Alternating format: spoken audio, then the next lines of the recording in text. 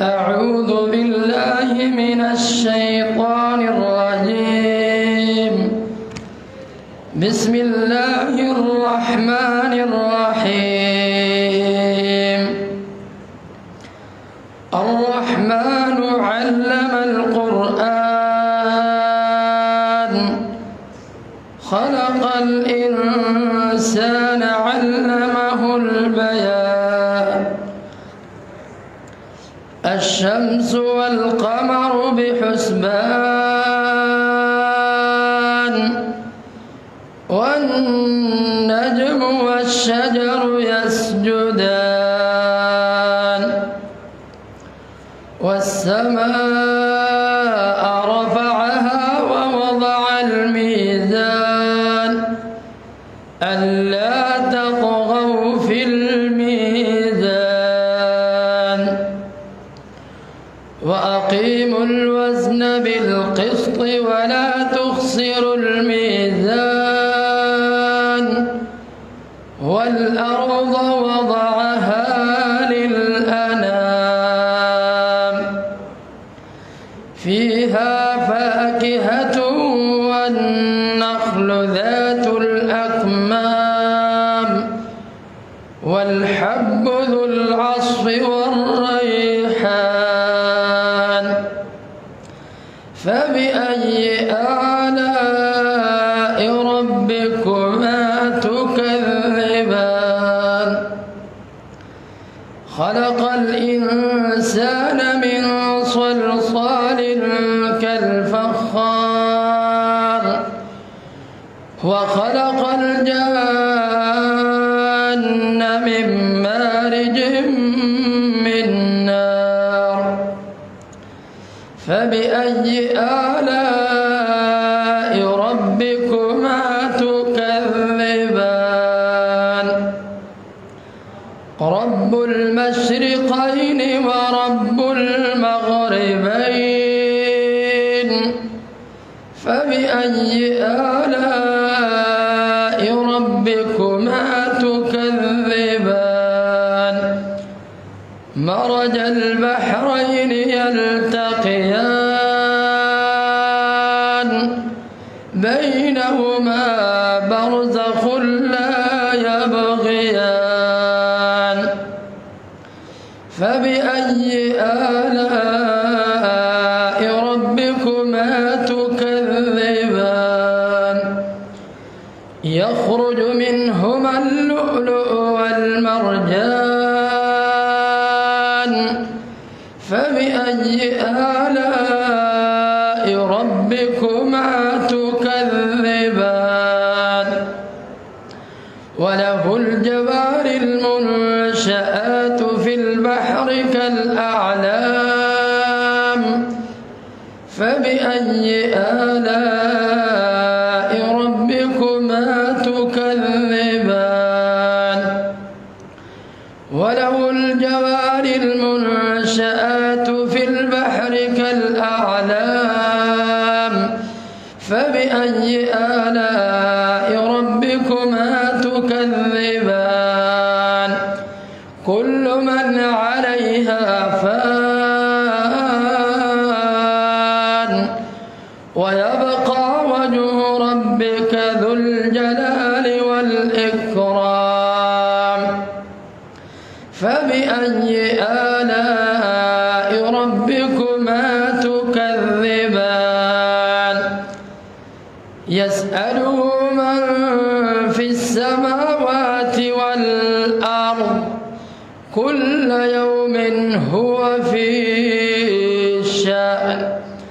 فبأي آلاء ربكما تكذبان؟ سنفرغ لكم أيها الثقلان. فبأي آلاء ربكما تكذبان؟ يا معشر الجن والإنس إن استطعتم أن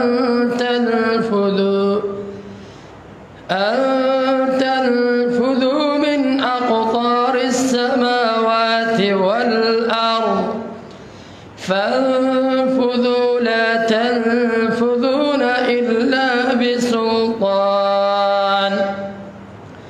فبأي آلاء ربكما تكذبان يرسل عليكما شواظ من نار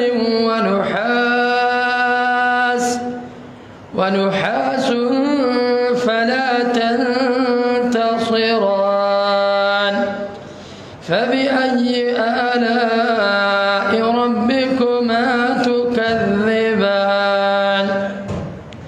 فإذا انشقت السماء فكانت وردة كالدهان فبأي آلاء ربكما تكذبان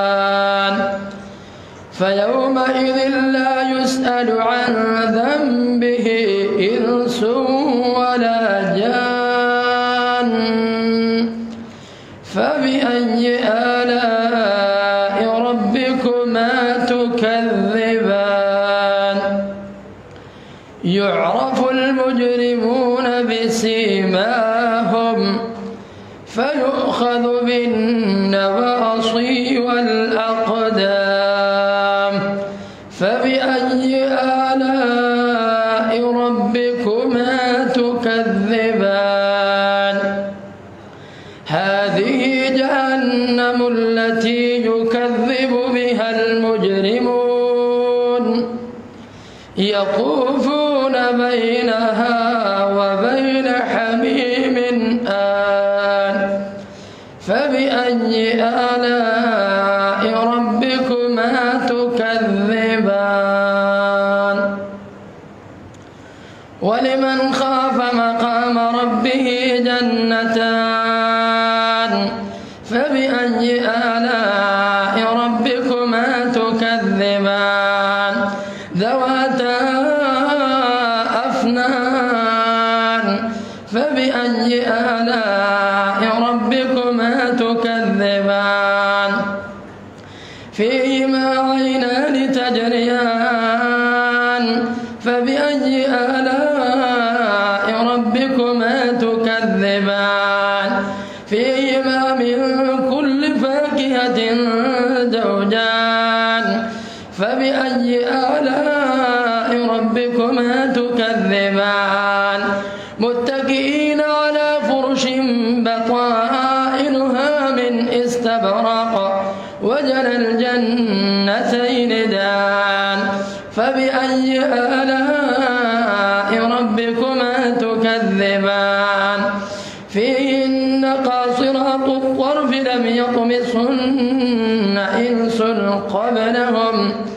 إنس قبلهم ولا جان فبأي آلاء ربكما تكذبان كأنهن الياقوت والمرجان فبأي آلاء ربكما تكذبان هل جزاء الإحسان إلا الإحسان فبأي آلاء ربكما تكذبان ومن دونهما جنتان فبأي آلاء ربكما تكذبان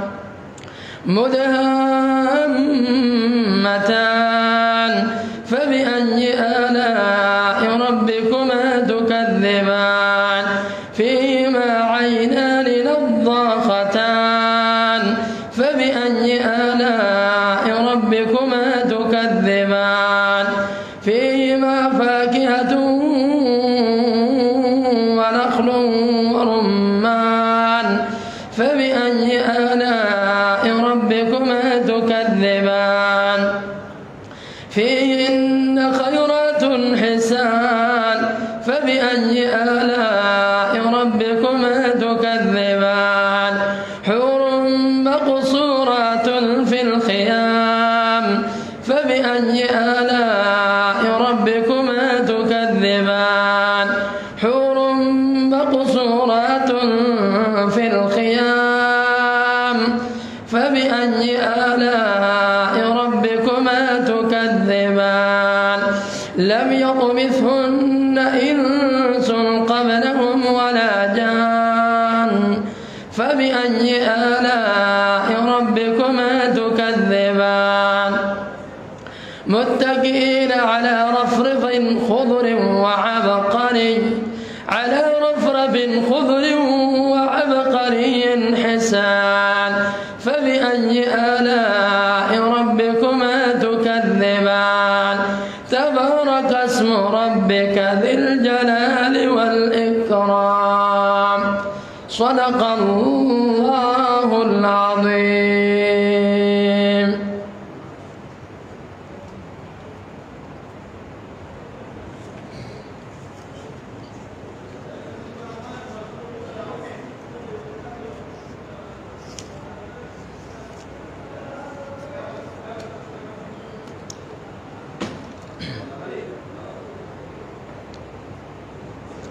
بسم الله الرحمن الرحيم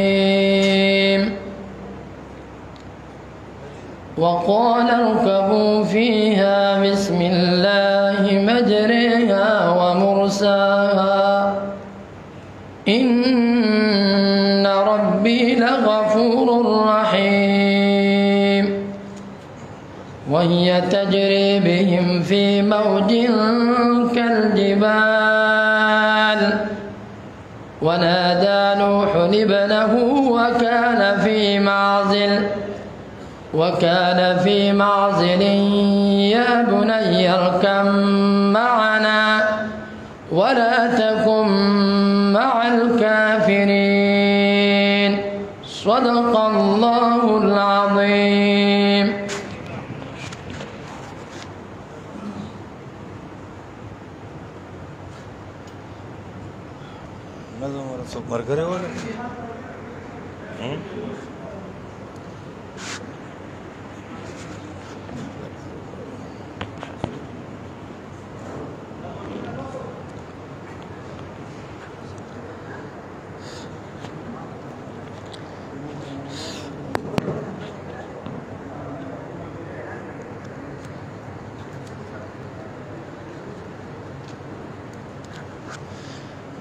الحمد لله وحده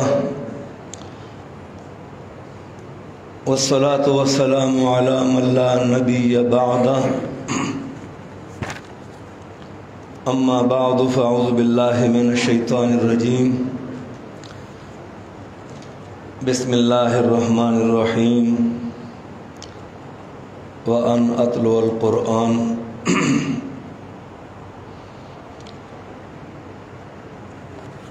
محترم حاضرین و اوریدوں کو خصوصاً د جماعت اشاعت توحید و سنہ صوبائی مجلس شورا اراکین او ذلی قائدین عہدیداران ذمہ داران چې کوم خپل ځلونه تشریف راوړی دی چې هغه یې په دې لا کمرو کې موجود دي ټولو ته درخواست دی چې هغه حال ته تشریف راوړي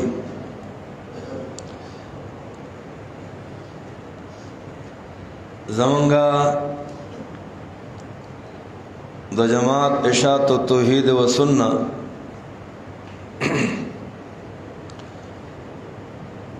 صوبائی تربیتی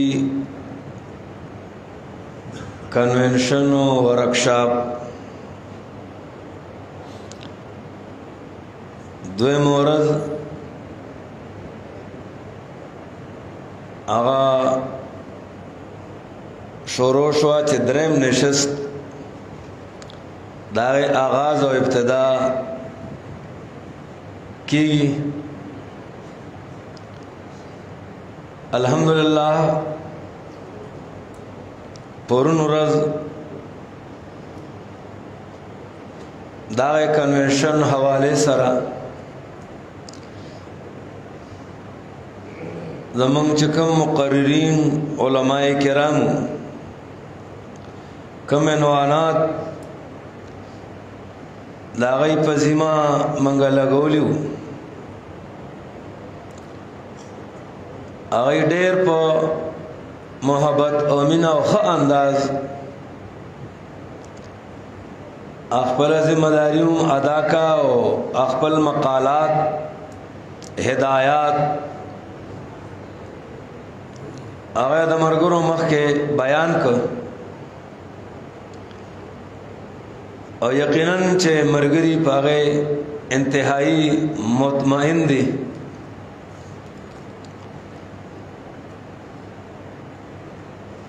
او چې کوم زمونږه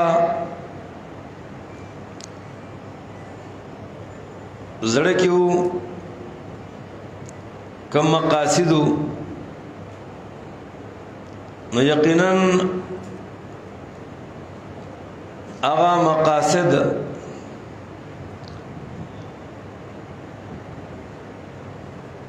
د هغې بیانونو نه هغه پوره شو او پوره کېږي نن د دې دویمې ورځې اولنۍ نشست او مجموعي طور باندې دا دریم نشست شروع کېږي چې نن به انشاءالله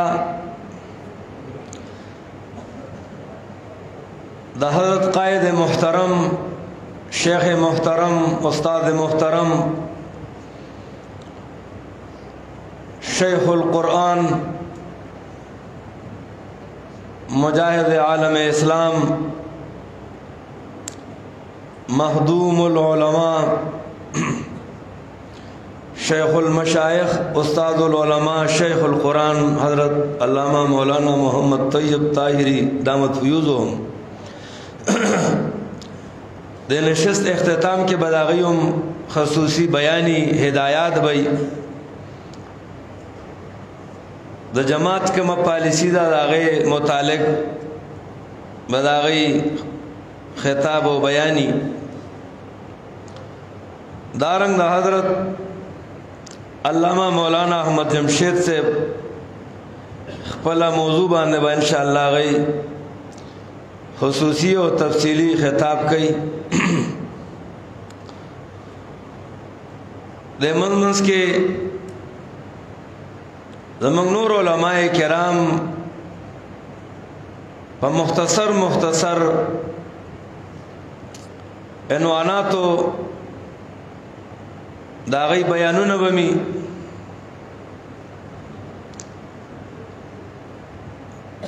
او خصوصاً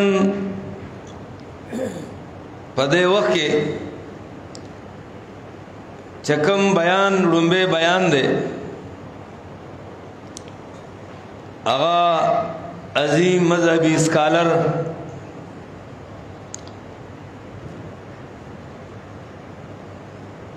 فاضل نوجوان قائد نوجوانان حضرت علامہ مولانا مفتی محمد ایاز صاحب درانی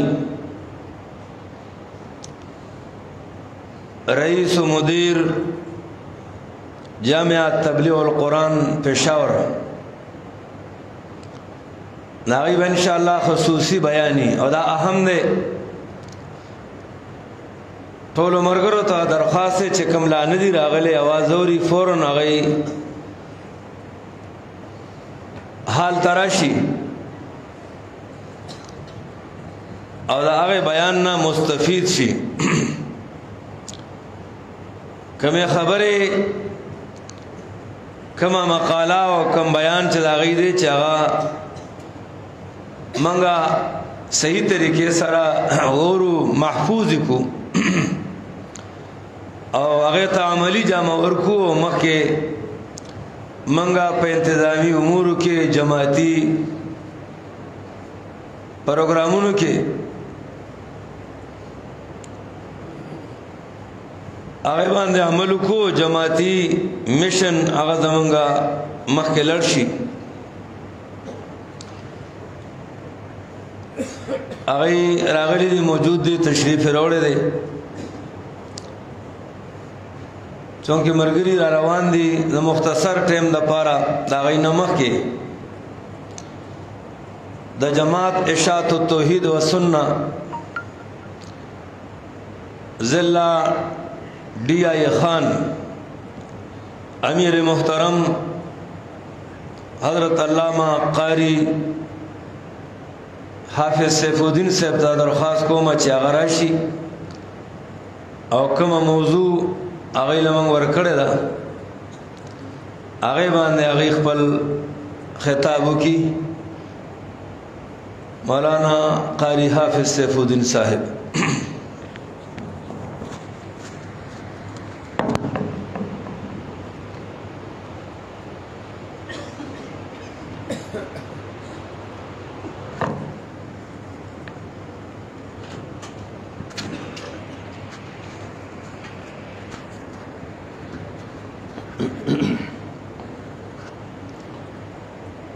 الحمد لله وحده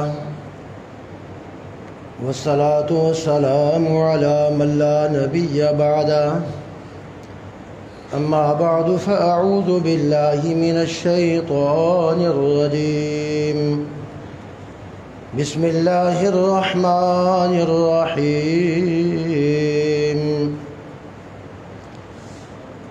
وأنفقوا مما رزقناكم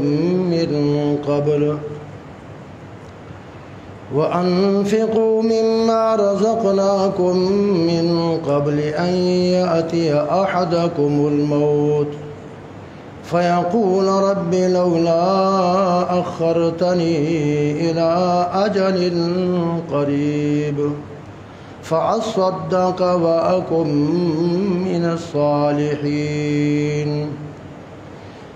سبحان ربك رب العزة عما يصفون وسلام على المرسلين والحمد لله رب العالمين.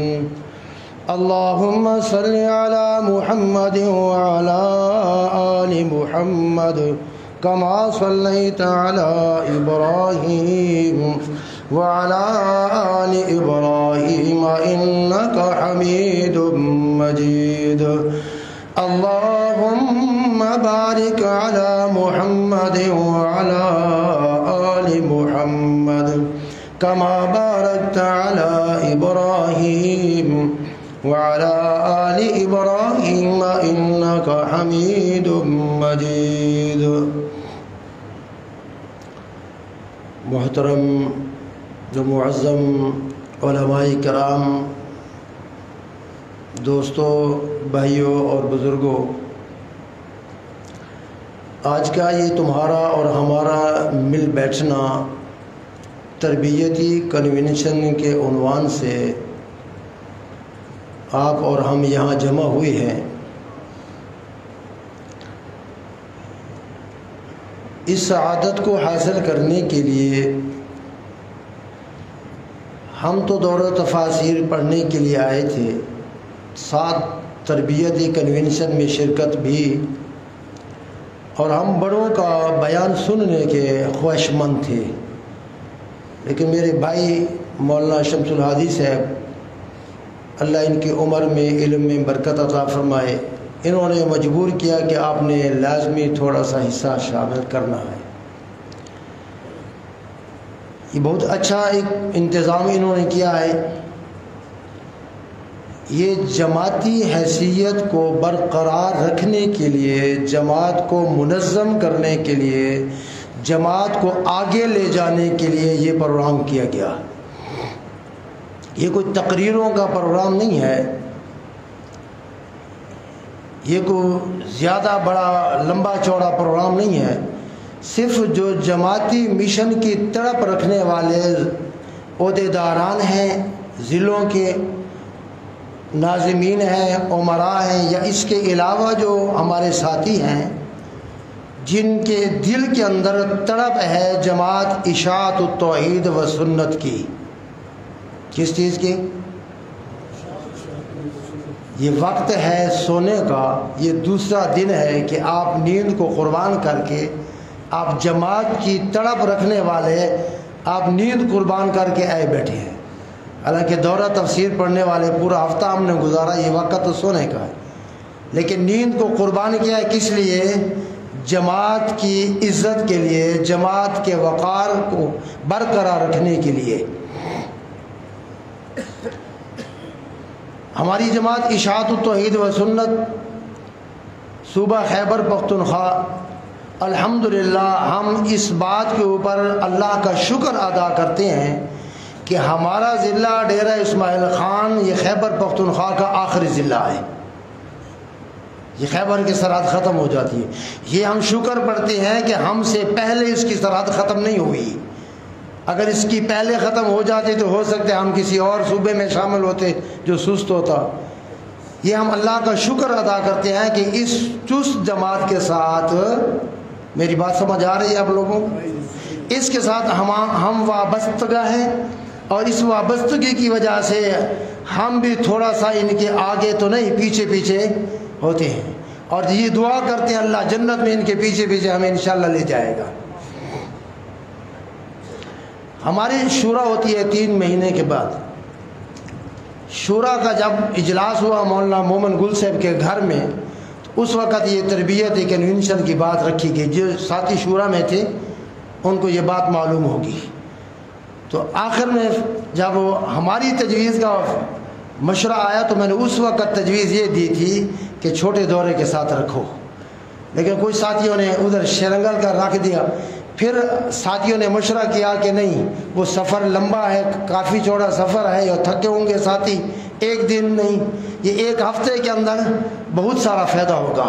الحمدللہ ثم الحمدللہ کل سے آپ بیانات سن رہے ہیں۔ لمبا چوڑا تو میں بیان نہیں کرتا، نہ کرنے کا عادی ہوں۔ آج کا جو آپ نے درس سنا ہے امیر محترم کا، قائد محترم صاحب کا، اس نے بھی جماعت کے اوپر خوب اچھا سا ایک درس دیا ہے ماشاءاللہ۔ اللہ ان کی عمر میں علم میں برکت عطا فرمائے، اور ان کا سایہ تادیر ہمارے سروں کے اوپر قائم دائم رہے۔ اس نے جماعت کے کچھ اصول بیان کیے ہیں، 4 قاعدے بھی کہتے ہیں ہم، اصول بھی کہتے ہیں جماعت کو چلانے کے لیے، اور ایک قاعدہ ذکر کیا ہے جماعت کی حفاظت کے لیے۔ ان میں شیخ صاحب نے ذکر کیا ہے کہ آخری قاعدہ، پہلے جو 4 قاعدے ہیں ان میں آخری قاعدہ ہے جماعت کے اوپر مال خرچ کرنا، اور پھر مجاہدین کے 10 اصول ذکر کیے ہیں سورۃ بقرہ کے اندر، لیس البر سے 5 کا تعلق عقیدے کے ساتھ اور 5 کا تعلق اعمال کے ساتھ۔ اعمال میں سب سے وآت المال علی حبہ، سب سے پہلے کیا ہے؟ انفاق فی سبیل اللہ ہے۔ اور ہم کہتے رہتے ہیں انفاق فی سبیل اللہ یہ ہماری جماعت کی ریڑھ کی ہڈی ہے۔ ریڑھ کی ہڈی جانتے ہو؟ یہ انسان کی یہ سر سے لے کر یہ جو درمیان میں ہڈی ہوتی ہے، ہم اس کو ریڑھ کہتے ہیں۔ یہ ہڈی انسان کی اگر متاثر ہو جائے تو نہ اٹھ سکتا ہے، نہ چل سکتا ہے، نہ بیٹھ سکتا ہے، کسی کام کا نہیں ہوتا۔ یہ فنڈ جماعت کی ریڑھ کی ہڈی ہے۔ اور میں 2 چیزیں آپ کو بتاؤں گا، باقی جماعتوں کے اوپر ہمارا اعتراض نہیں ہے، ہر جماعت اپنا اپنا مشن، اپنا اپنا کام کر رہی ہے اپنے اپنے اصول کے مطابق۔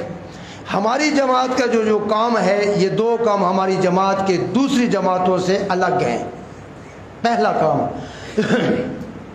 ہماری جماعت کا جو فنڈ ہے اوپر سے نہیں آتا، باقی جماعتوں کے فنڈ اوپر سے آتے ہیں کہ نہیں آتے؟ ہماری جماعت کا فنڈ نیچے سے آتا ہے۔ اگر نیچے سے اپنی جماعت کو مضبوط نہیں کرو گے تو اوپر والی جماعت بھی مضبوط نہیں ہوگی۔ اور دوسری بات، باقی جماعتوں کے اندر اگر کسی کو عہدہ مل جائے تو اس کو جتنا عہدہ ہوتا ہے اتنا اس کو وظیفہ یا اس کی تنخواہ کا ہو یا فنڈ کا اتنا اس کو ملتا ہے۔ ہماری جماعت کا یہ مشن ہے کہ جتنا جس کے پاس عہدہ ہوتا ہے اتنا اس کا خرچ زیادہ ہوتا ہے۔ یہ دو چیزیں ہماری الگ ہیں دوسری جماعتوں سے، ایسا ہے کہ نہیں ہے؟ سمجھ آ رہی ہے میری بات کی؟ فنڈ کیسے جمع ہوگا؟ جو آیت کریمہ میں نے پڑھی، اللہ نے اس کے اندر کہا، سارے عالم بیٹھے ہیں، طالب علم بیٹھے ہیں، اللہ نے کہا خرچ کرو کس سے پہلے؟ موت کے آنے سے پہلے۔ اللہ نے اس زندگی کے اندر خرچ کرنے کا حکم کیا ہے، موت کے آنے سے پہلے پہلے خرچ کرو۔ اور یہ خرچ زکوٰۃ نہیں ہے، یہ خرچ عشر نہیں ہے، یہ فطرانہ نہیں ہے۔ جو میں نے تمہیں رزق دیا ہے اس دیے ہوئے رزق میں سے خرچ کرو۔ کس چیز کے اوپر خرچ کرو؟ ہمیشہ انسان وہاں خرچ کرتا ہے جو چیز انسان کو پیاری ہوتی ہے، وہاں انسان خرچ کرتا ہے۔ اگر اس چیز کے ساتھ پیار نہ ہونا، محبت نہ ہونا، تو اس چیز کے اوپر انسان خرچ نہیں کرتا۔ جماعت اشاعت التوحید و سنت کے ساتھ جو لوگ وابستہ ہیں، آپ ہیں کہ نہیں ہیں؟ جماعت کے ساتھ وابستہ ہیں، جماعت کے ساتھ پیار ہے، محبت ہے، جن کو محبت ہے ہاتھ کھڑا کریں۔ ماشاءاللہ ماشاءاللہ۔ میں ایک تجویز دیتا ہوں اور آسان سی تجویز دیتا ہوں، جو ہم نے اپنے ضلع میں ایک چیز رکھی ہوئی ہے، آسان سی تجویز دیتا ہوں، آپ کے اوپر کوئی بوجھ نہیں آئے گا۔ آسان سی ایک تجویز دیتا ہوں، جس تجویز کی وجہ سے پہلے اپنے گھر کو مضبوط کرو، اپنے حلقے کو مضبوط کرو، پھر اپنا ضلع مضبوط ہوگا، پھر آپ کا صوبہ مضبوط ہوگا، پھر مرکز مضبوط ہوگا۔ اور مضبوطی بنیاد سے آئے گی، حلقے سے آئے گی، مضبوطی حلقے سے آئے گی۔ جس حلقے کے اندر جتنے ساتھی ہیں، ہر ساتھی روزانہ کچھ نہ کچھ اپنی جان کے اوپر خرچ کرتا ہے۔ مثلا کسی کے پاس موبائل ہے، 600-700 روپے کا پیکج لگاتا ہے، تو یومیہ کتنا خرچہ آ گیا موبائل کے اوپر؟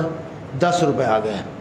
کوئی بندہ نسوار کرتا ہے، پٹھانوں میں نسوار زیادہ ہوتی ہے، 20 روپے کی ایک پوڑی ملتی ہے نا؟ ایک پوڑی تو روزانہ خرچ کرتے ہو کہ نہیں کرتے؟ 20 وہ لگا لو۔ کوئی سگریٹ پیتا ہے، کوئی اور کوئی بوتل وغیرہ پی لیتا ہے، کم از کم 50 روپیہ یہ خرچ کرتا ہے اپنی جان کے اوپر، کرتا ہے کہ نہیں کرتا؟ آپ اپنے حلقے میں یہ 50 روپیہ جو خرچ کرتے ہو جان کے اوپر روزانہ کے حساب سے، یہ مہینے کے اندر ایک دن کا خرچہ، جتنا جان کے اوپر خرچ کرتے ہو نا، ایک دن کا خرچہ جمع کراؤ جماعت میں۔ اور اپنی حیثیت کے مطابق جو بندہ 50 خرچ کرتا ہے روزانہ کے حساب سے، کیونکہ چھوٹے لوگ بھی ہوتے ہیں، بڑے لوگ بھی ہوتے ہیں، غریب لوگ بھی ہوتے ہیں، مالدار لوگ بھی ہوتے ہیں۔ غریب 50 کرتا ہے، مالدار 100 کرتا ہے، اس سے زیادہ مالدار 50 روپے ایسے نہیں، وہ 100 نہیں آگے بڑھ جاتا ہے، 500 روپے تک بڑھ جاتا ہے۔ یومیہ روزانہ کا جس کا خرچہ ہے اپنا اضافی خرچہ، وہ اضافی خرچے کے حساب سے ماہانہ جمع کرو فنڈ اپنے حلقے میں۔ حلقے میں فنڈ جمع ہوگا، حلقہ ضلع کے شورا میں شرکت کرے گا۔ جس حلقے میں فنڈ نہیں ہوتا نا، وہ شورا میں نہیں آتا۔ اس لیے نہیں آتا، شرمندہ ہوتا ہے، جی میرے پاس فنڈ ہے نہیں، میں نے ماہانہ اجلاس کیا نہیں، فنڈ ہے نہیں، تو میں کیسے منہ دکھاؤں گا، کیسے جاؤں گا حلقے میں۔ اور جس ضلع کے پاس فنڈ نہیں ہوتا، وہ ضلع صوبے کے اجلاس میں نہیں آتا، صوبے کے اجلاس میں نہیں آتا، اس لیے فنڈ نہیں ہے ان کے پاس۔ اس طریقے سے اپنے حلقے کو مضبوط کرو، 7 ضلع کو مضبوط کرو۔ ضلع مضبوط ہوگا تو وہ یہ سارے اضلاع سے فنڈ وصول کر کے ہمارے صوبائی کابینہ والے تو پھر کس کو مضبوط کرتے ہیں؟ دفتر کو۔ تو فنڈ کہاں سے آتا ہے؟ نیچے سے۔ پہلے اپنے حلقے کو مضبوط کرو، اس حلقہ مضبوط ہوگا تیرا ضلع مضبوط ہوگا، ضلع مضبوط ہوگا تو تیرا صوبہ مضبوط ہوگا۔ اور یہ ہے تو ہمارا صوبہ، یہ صوبے کا دفتر ہے، لیکن یہ دفتر پورے مرکز پورے ملک کا ہے۔ لیکن وہ میں نے پہلے بات کہہ دی کہ جتنا جس کا عہدہ ہوتا ہے اتنا اس کا خرچہ ہوتا ہے۔ جتنا جس کے پاس عہدہ ہوتا ہے اس کو اوپر سے فنڈ نہیں ملتا، اس کو اتنا خرچ کرنا پڑتا ہے۔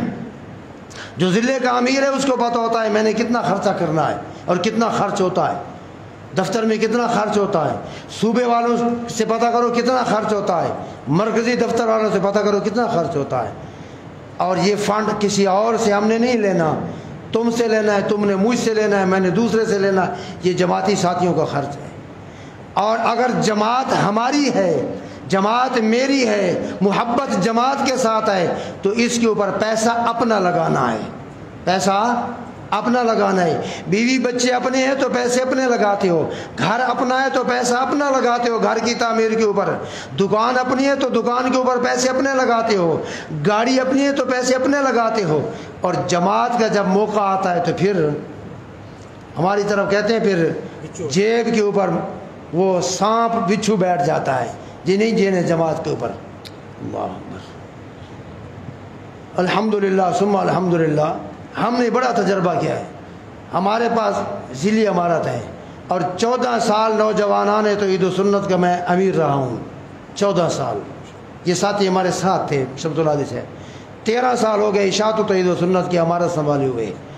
ساتھی بیٹھے ہیں گواہ. پورے ضلع کا دفتر میں اپنی دکان سے چلاتا ہوں. کسی جماعت کے کسی ایک فرد سے 1 روپیہ نہیں مانگا. اور کبھی ایسا دن بھی آتا ہے دن میں ہزاروں روپے بھی لگ جاتے ہیں، لیکن کبھی کسی ساتھی سے مانگے نہیں. اس لیے جماعت میری ہے. میرے گھر کے مہمان آئے میں خرچ کرتا ہوں. جماعت کیا ہے تو کیوں نہ کروں.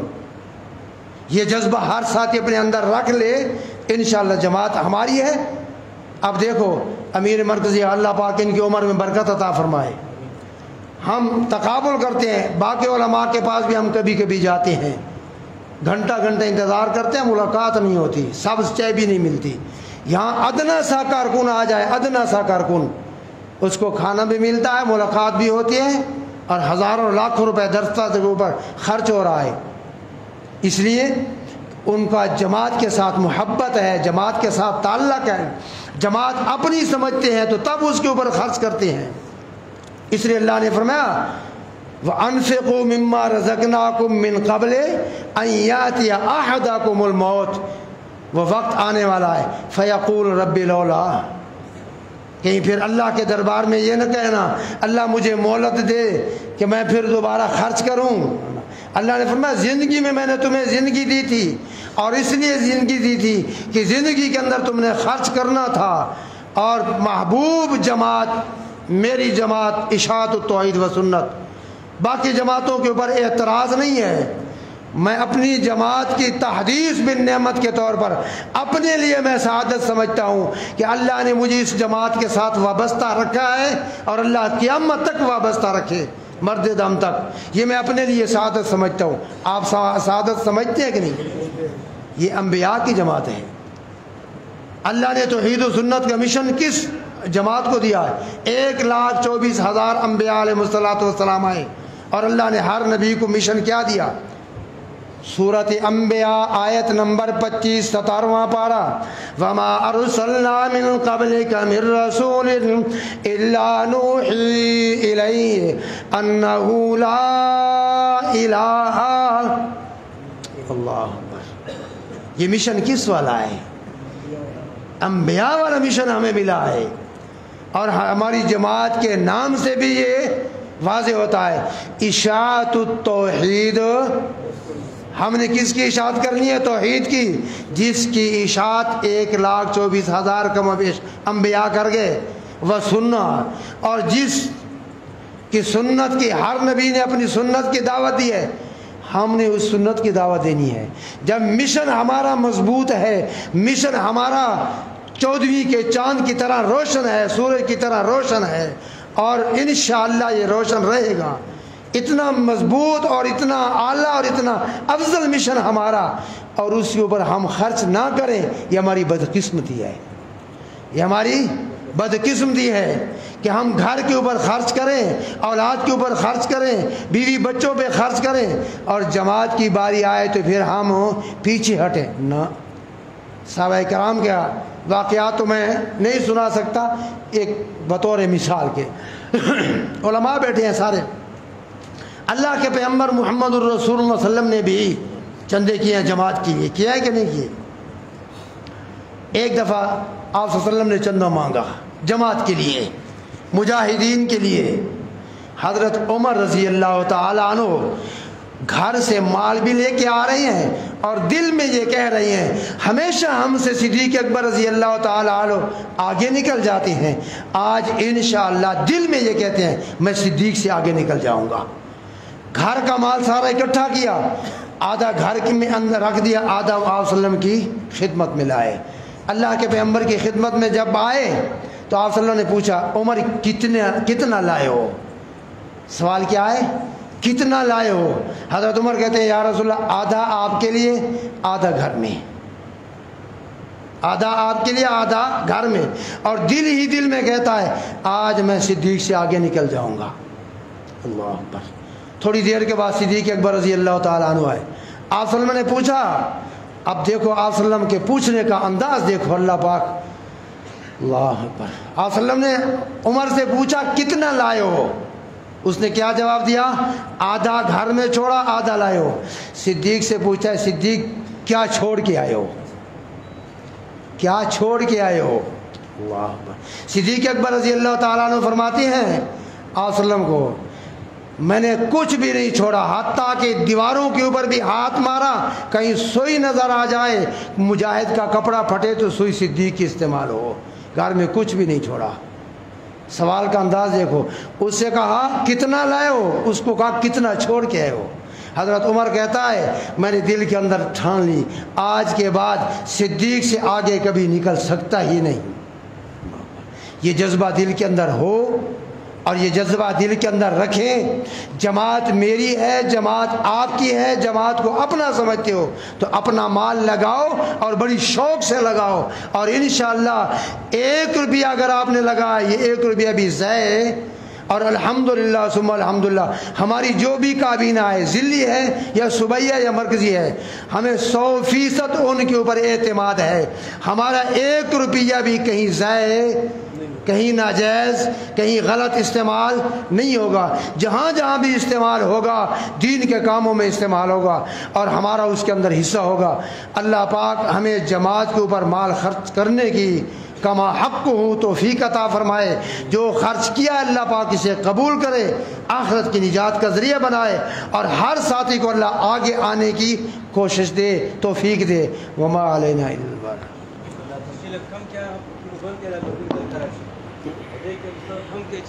شور لگنی دا پکی بند کې تسمت راشي ادې کې مې پکی دو بند کې چې شور لګ کم شي لګ کم شي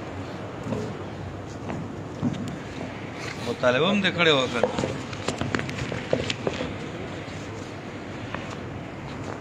کار کې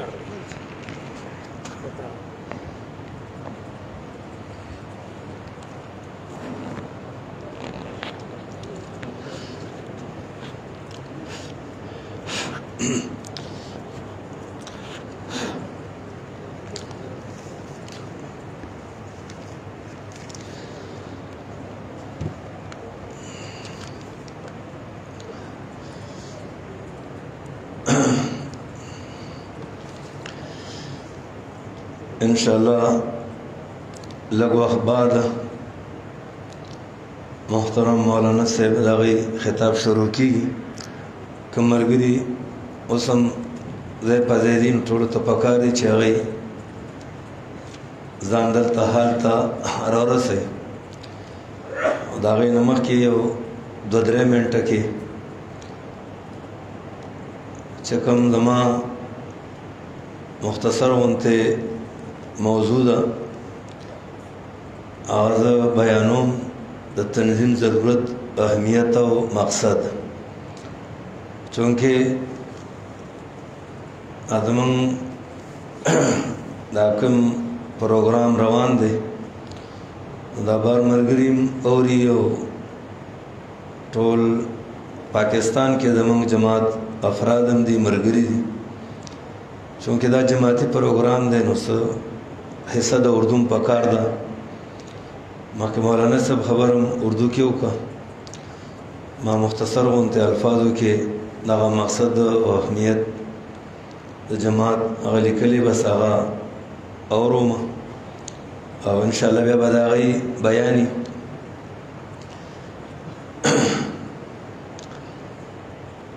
الحمد لله وكفى والصلاة والسلام على سيد الرسل وخاتم الأنبياء لا نبي بعده ولا رسول بعده ولا معصوم بعده أما بعد فأعوذ بالله من الشيطان الرجيم بسم الله الرحمن الرحيم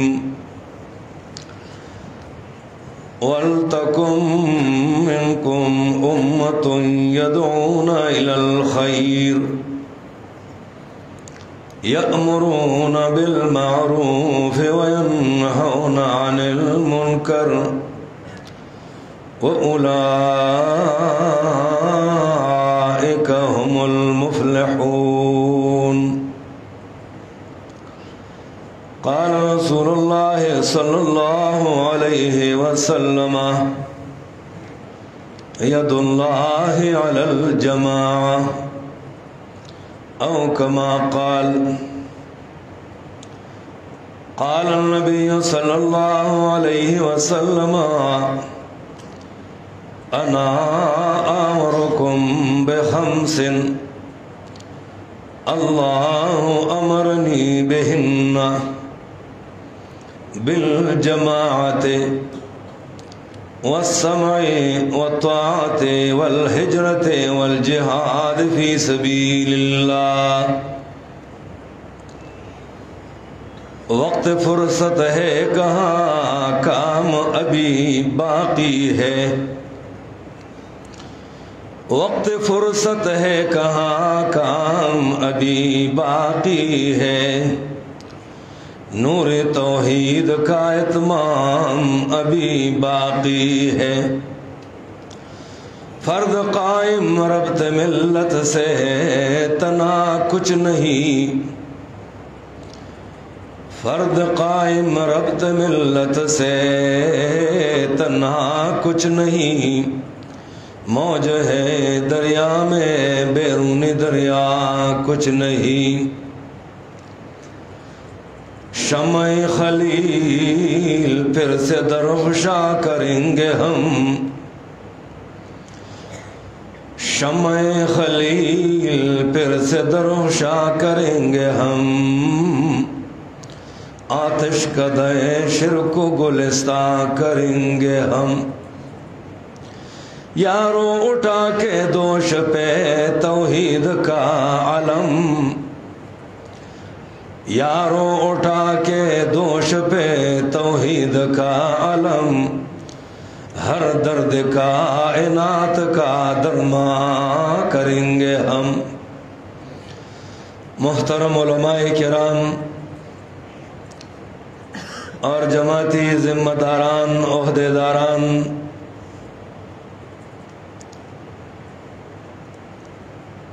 محترم حاضرین و سامعین، ہمارا ایمان ہے کہ جناب محمد الرسول اللہ صلی اللہ علیہ وسلم پر نبوت و رسالت اختتام کو پہنچی اور اکمال و اتمام بھی. گویا ابھی یہ ذمہ داری اب امت محمد صلی اللہ علیہ وسلم پر ڈالی گئی ہے. محمد الرسول اللہ صلی اللہ علیہ وسلم اللہ کے رسول ہیں اور یہ امت رسول کے رسول ہیں. پیغمبر پاک صلی اللہ علیہ وسلم نے آخری حج کے موقع پر صحابہ کرام رضی اللہ عنہم کو فرمایا کہ میں نے اللہ کا پیغام تم تک پہنچایا اور تم اس پیغام کو غائبین تک پہنچاؤ. تو ختم نبوت کا لازمی نتیجہ ہے کہ امت محمد صلی اللہ علیہ وسلم دین کے ارشاد کے لیے مالی و جانی قربانی دے کر پورے روئے زمین پر اللہ تعالیٰ کی دین کو قائم و نافذ کرنے کی جدوجہد کرے، اور ہر امتی کا یہ فرض منصبی ہے کہ وہ کار رسالت کو جاری و ساری رکھے اور اس راہ میں اپنی جان، اپنا مال اور اپنے تمام توانائیوں و صلاحیتوں کو خرچ کرنے کو فرض عین سمجھے۔ محترم دوستو، اب اس ذمہ داری کے لیے ایک جماعت اور تنظیم کی ضرورت ہے۔ اللہ تعالیٰ نے فرمایا وَلْتَكُن مِّنكُمْ أُمَّةٌ يَدْعُونَ إِلَى الْخَيْرِ يَأْمُرُونَ بِالْمَعْرُوفِ وَيَنْهَوْنَ عَنِ الْمُنكَرِ، یعنی ایک ایسی جماعت ہونا چاہیے جو دعوت الی الخیر اللہ کی رضا کے لیے کرے، اس میں شہرت، دولت، عزت، لالچ، ووٹ اور اقتدار مقصود نہ ہو۔ یعنی جماعت کی ضرورت ہے، اور وہ جماعت دعوت الی الخیر کے لیے، اللہ کی رضا کے لیے یہ جماعت ہونا چاہیے۔ محترم اراکین و کارکنان، ایک مقام پہ پیغمبر پاک صلی اللہ علیہ وسلم نے فرمایا کہ میں تم کو 5 چیزوں کا حکم دیتا ہوں، اور یہ میں اپنی طرف سے نہیں بلکہ اللہ تعالیٰ نے مجھے ان کا حکم دیا ہے۔ ان 5 چیزوں کا جو میں حکم دیتا ہوں، ان کا سننا،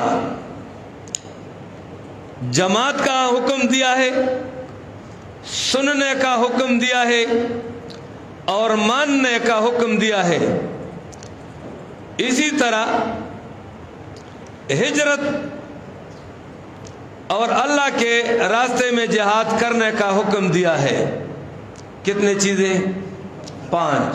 جماعت، سننے کا، ماننے کا، ہجرت کا، اور اللہ کے راستے میں جہاد۔ یعنی جماعت کی زندگی اختیار کرو، اور جماعت کی زندگی، اس میں 2 باتیں لازمی ہیں، ایک ہے سننا اور ایک ہے ماننا۔ سننا اور ماننا یعنی ڈسپلن اور نظم و ضبط، یہ ضروری ہے۔ یعنی سنو اور اطاعت کرو، عمل کرو، اور پھر کہ یہ جماعت برے جماعت نہ ہو، جماعت مقصود بے ذات نہ ہو، بلکہ اس جماعت کے پھر 2 حصے ہوں گے، ایک ہجرت اور ایک جہاد فی سبیل اللہ۔ محترم بھائیو، ہجرت کا مفہوم وسیع ہے، لیکن خلاصہ یہ ہے کہ پیغمبر پاک صلی اللہ علیہ وسلم سے پوچھا گیا ای الہجرت افضل یا رسول اللہ، افضل ہجرت یہ کون سی ہے، بہتر ہجرت کون سی ہے؟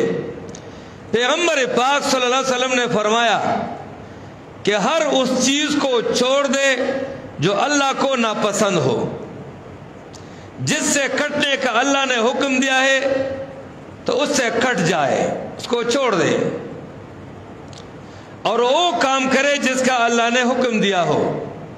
یہ ہے بہترین ہجرت۔ اسی طرح جہاد فی سبیل اللہ،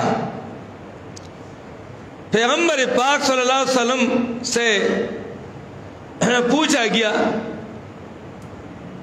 چونکہ جہاد کا بھی وسیع مفہوم ہے۔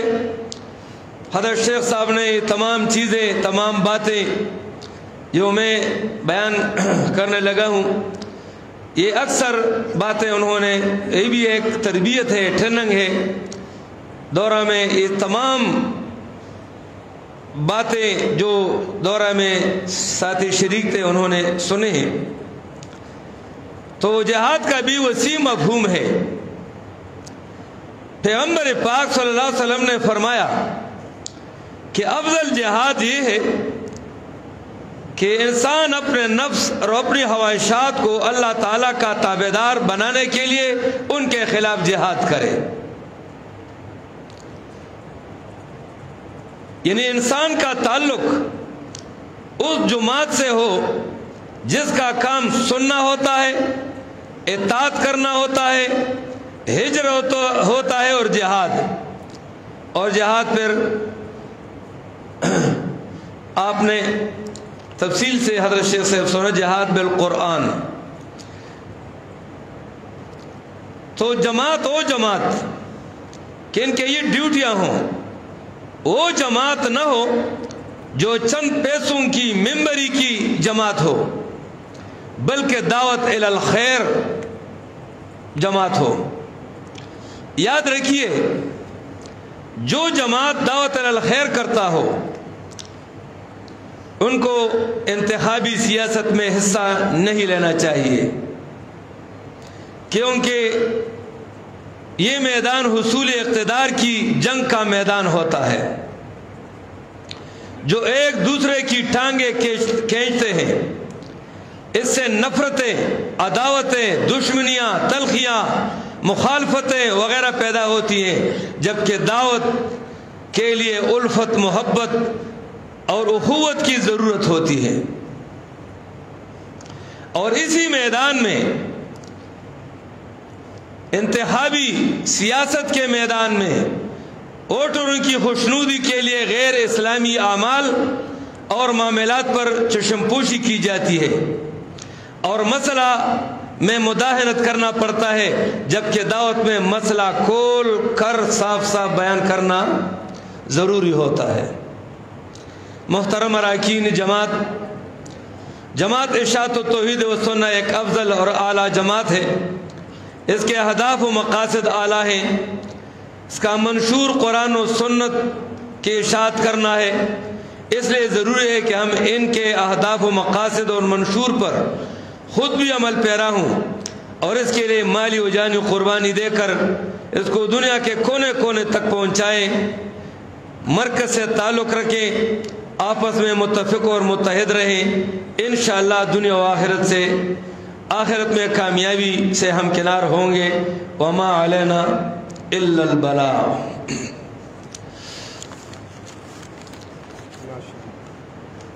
لکه مولانا صاحب ته راځي یو کس ورشي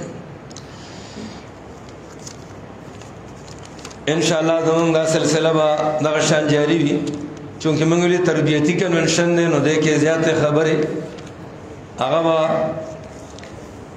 مقررانه خطیبانه انداز باندې نه وي، بلکې د ملګرو پویول مقصد ذهن ته خبره رسول دی۔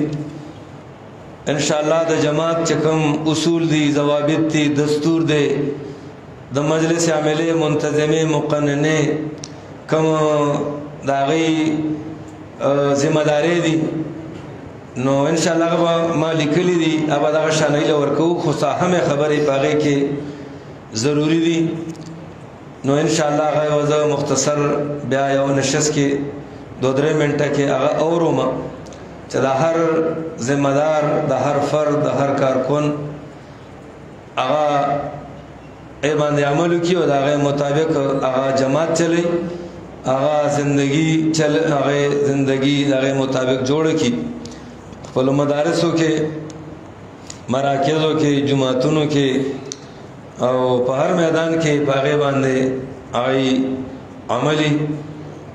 انشاءاللہ زه دعوت خطاب ورکوم خپل محترم رور جناب مولانا مفتی محمد ایاز صاحب درانی مدد له العالی چې هغه راشي او تاسو ته خپل خصوصي انداز کې د اشاعت تاریخي تسلسل قرآنی تحریک د دپاره کم جماعتی مشرانو قربانې وغیرہ هغې باندې به انشاءاللہ مفصل خطاب کوي۔ تاسو اطمینان سره کېنئ. حضرت علامہ مولانا مفتی محمد ایاز صاحب.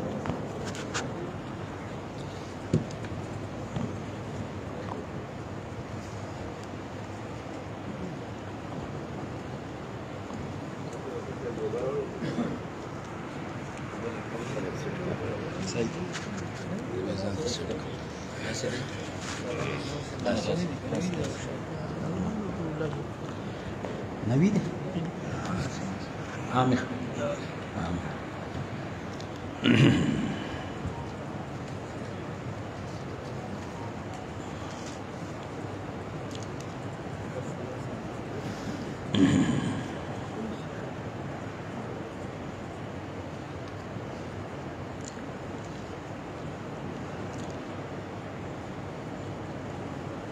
الحمدللہ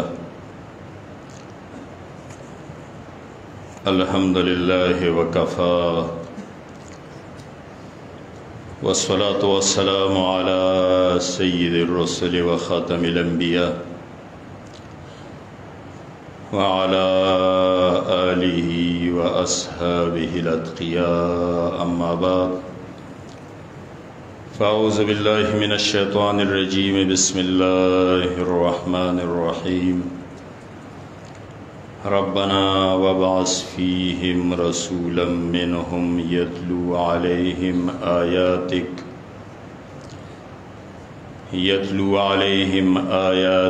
ویعلمہم الکتاب والحکمت ویزکیہم انک انت العزیز الحکیم. وقال رسول اللہ صلی اللہ علیہ وسلم ید اللہ علی الجماع او کما قال رسول اللہ صلی اللہ علیہ وسلم. سبحان ربک رب العزت عما یصفون وسلام علی المرسلین والحمد للہ رب العالمین. رب اشرح لی صدری ویسر لی امری واحلل عقدۃ من لسانی یفقهوا قولی. حاضرین مجلس، علماء کرام اور جماعت اشاعت توحید و سنت خیبر پختونخوا د جماعت ہم سفر مرگرو د ضلع د عزلو ذمہ دارانو مونږ تاسو نن په خپل عظیم مرکز کې د یو تربیاتی کنونشن په حواله راغونډیو. اگرچې کنونشن مخکې صوبایي شورا سره بل ځای مقررو، خو دا خوش وه چې دا کنونشن مرکز ته منتقل شو، ځکه دراصل زمونږ د تربیت ځای هم دا مرکز دی، دا زمونږ د ایمان مرکز دی، دا زمون د قرآن مرکز دی، دا زمون تحریکی تنظیمی د مشن مرکز دی. دینه مونږه قرآن زده کړی دی، عقیده می زده کړې ده،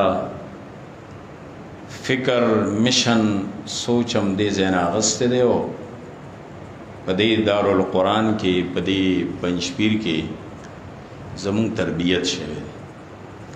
نو همیشه دپاره د تربیت ځای هم دقه دی او دا به وي.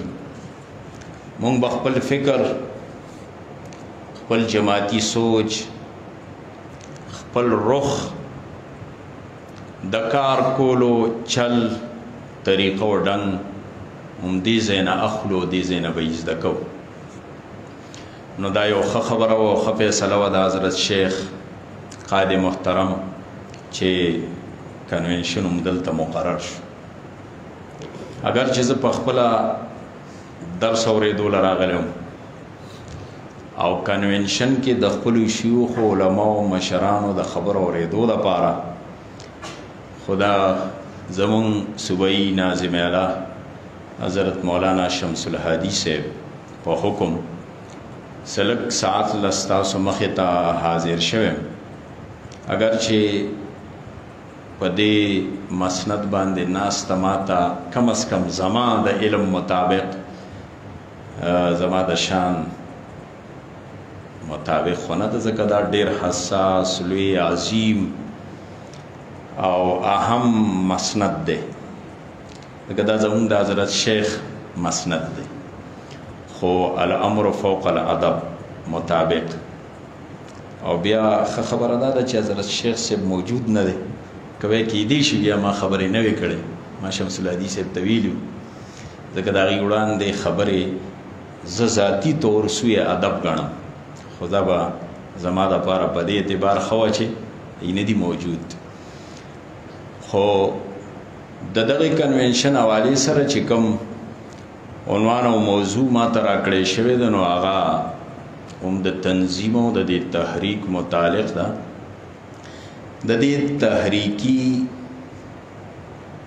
تاریخي تسلسل څه دی، د دې رخ څه دی، او ورسره دا چې مقاصد یې څه دي. موضوع اوږده ده، خو زه به کوشش کوم چې 20 منټ 15 منټ زیات نه زیات نیمه ګنټه ډېره به شي دې کې د راغونډولو کوشش وکړم. دغه عنوان تقریبا اجتماعاتو کې دوی ما ته بار بار راکړی دی، خو بیا به هم په دې موقع باندې د هغې یو تکرار و.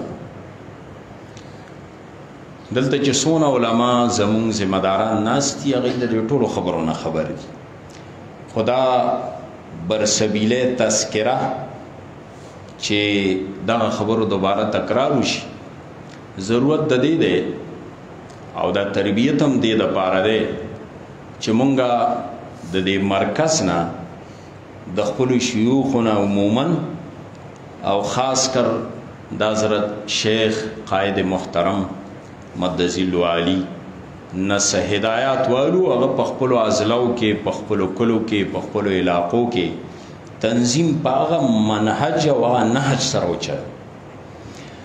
او ما وی تاسو ټولو ملګرو علما، مشران، پوهان، مدرسین، قابل خلک دلته تشریف ورمالي، ای ته دا معلوم دی، خو ضرورت د دې دی چې مونږ سره زمونږ په اضلاعو کې، زمونږ په علاقو کې کم زمونږ طلبا دي، زمونږ ارکان دي چې ای په دې پوه کړو.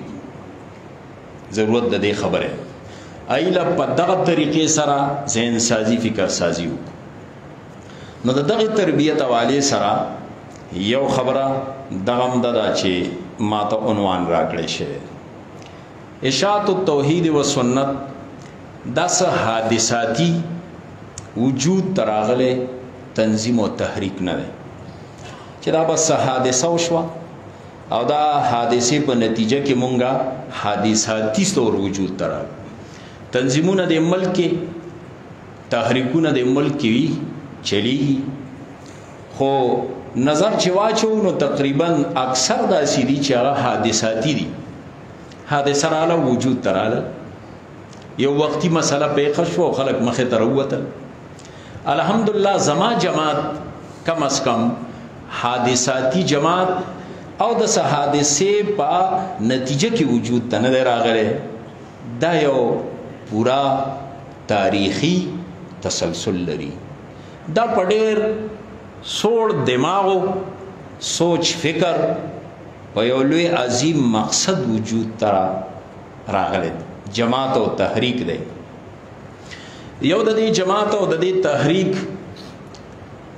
تاریخی تسلسل خو هغه دی چې صرف ورته اشاره کوم. د دې جماعت د دې میشن او د فکر بنیاد د هغې ورځې نه اخیستی شوی دی کله نه چې الله رب العزت د انبیا علیهم السلام او د کتابونو دنیا ته د رالیږلو سلسله شروع کړې. ځکه زموږ میشن چې کوم دی توحید او سنت، دا د تمام انبیا علیهم السلام قرآن په گواه دی، داغي د دعوت ډیره اهمه موضوع ده. فتقوا الله واتقون، توحید او سنت، دا دوه مسلې زمون جماعت وجود تا، زمون میشن او کار وجود تا هغه ورځ نه راغلی دی کله چې انبیا علیهم السلام الله مبعوث کړي دی او کتابونه را لېږلي.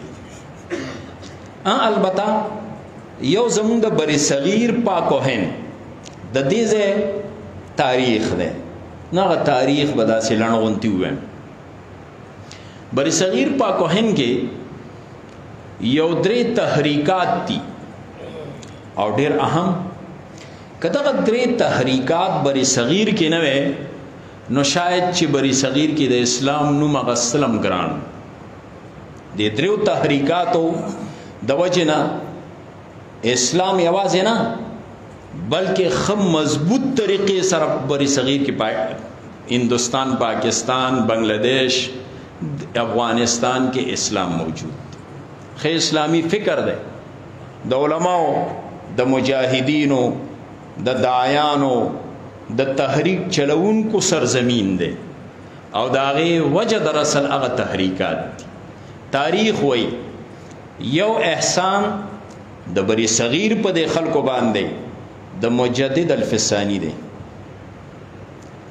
مجدد نه وی نو اکبر الابادی، اکبر بادشاہ دا ټول امت او هندوستان او د هندوستان د ریاست چې کوم هغه وخت د مغول سلطنت د الحاد په جوړه کې غورځول. الحاد راغلی دانن چې ورته مذهبي هماهنګي وای، وحدت ادیان وای، دا دراصل اکبر شروع کړ. د وحدت ادیان په نتیجه کې په بری صغیر کې د اسلام نوم غستون کې څوک نه و. خو دغه غټ سیلاب ته بند مجدد تړلی. دویم شاه ولی الله محدث دہلی دی، امام الهند، چې کله هغه بند وتړلی شو د مجدد په وخت کې نو 100 کاله بعد تقریبا شاه ولی الله پیدا شو. هغه بیا د مسلمانانو په عقایدو باندې، اعمالو باندې او هغه وخت کې چې کم زوال راغلی و دا زوال متعلق سوچ فکر وکړو، دا زوال د پاره د عروج لارې وښولې، دا مسایلو حل وښیو او د هغې د پاره د قرآن سهاره واغسته، تفسیر ولیکو فارسی کې چې دا د بر صغیر مسلمانان د قرآن نه خبر شي، ځکه د دوی د عقاید او اعمال او اصلاح بغیر د قرآن نه کی. قرآن فهمی عام کول غواړي. دویم دلته زوال راغلی و، معاشرتی زوال، معاشي زوال، سیاسی زوال. دا درې غټ زوالونه راغلل. انګریز مسلط شوی په دې ملک نو هغه وخت کې کتاب ولیکه حجت الله البالغه. په حجت الله کې هغه دا خبره وښوله چې د اسلام د دې احکامو فلسفه څه ده، حکمتونه څه دي. ځکه هغه وخت کې مغرب یورپ راغلی او د اسلام په احکامو په شریعت باندې اعتراضونه شروع کړي د عقل په بنیاد. نو یوې پای کې الفلسفه الشرعیه او اسلامیه دا بیان شرعي فلسفه د اسلام حکمتونه، او دویمه په کتاب کې دراصل سماجیات بیان کړل. سماجیات یعنی معاشره څنګه وجود ترازی، تشکیلی څنګه کیږي، نظامونه څنګه جوړي، په دې پوره تبصره کړي. دا کتاب دې لپاره لیکلو. هغه شاه ولی الله کنوي نو دام تاریخ وای چې بری صغیر کې اسلام په اصل شکل کې موجود کېدل هم ډېره ګرانه وه. دا تحریکات دوا هغه د شاه ولی الله محدث دہلی تحریک ته وی تحریک رجوع الی القرآن وی، او دا مجدد الفسانی تحریک ته وی تحریک احیاء اسلام وی. هغه د احیاء اسلام تحریک، دا بل دا رجوع الی القرآن تحریک. یو دریم تحریک ډیر نږدې تیر شو، د هغې نه بعد دیوبند جوړ شو. دیوبند کې یو مرد درویش و چې هغه ته خلک شیخ الهند ویلي. هغه شیخ الهند د انګریز مقابله او جهاد میدان کې شروع او دا هغه تحریک دراصل د اسلام د نشاط ثانیه تحریک. نشاط ثانیه به څنګه کی، بیا به زموږ اقتدار حکومت بیا څنګه بحال کی، انګریز به د ملک نه څنګه وځي. دا درې تحریکات په دې مې دا لنډه تبصره دې دپاره وکړه، دا مې خپل جماعت ته تمهید کې خو. اشاعت توحید و سنت دراصل د دې درو تحریکاتو د تسلسل د زنجیر یو مضبوطه کړی دا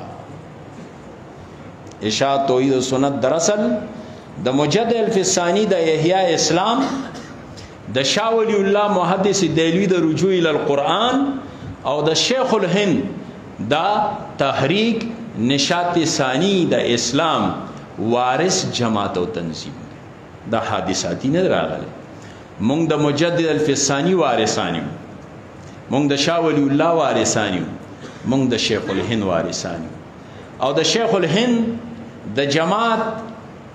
د جماعت سره زمون حضرت شیخ القرآن مولانا محمد طاهر نور الله مرقده دا د جماعت دی شیخ الهند سره څنګه دی پای باندې بیا وایم شاه ولی الله وارثان څنګه وو د مجدد الفسانی وارثان څنګه وو مجدد تحریک شروع کړ زمون رئیس المفسرین مولانا حسین علی الوانی رحم الله د مجددی سلسله سره دی مجددی سلسله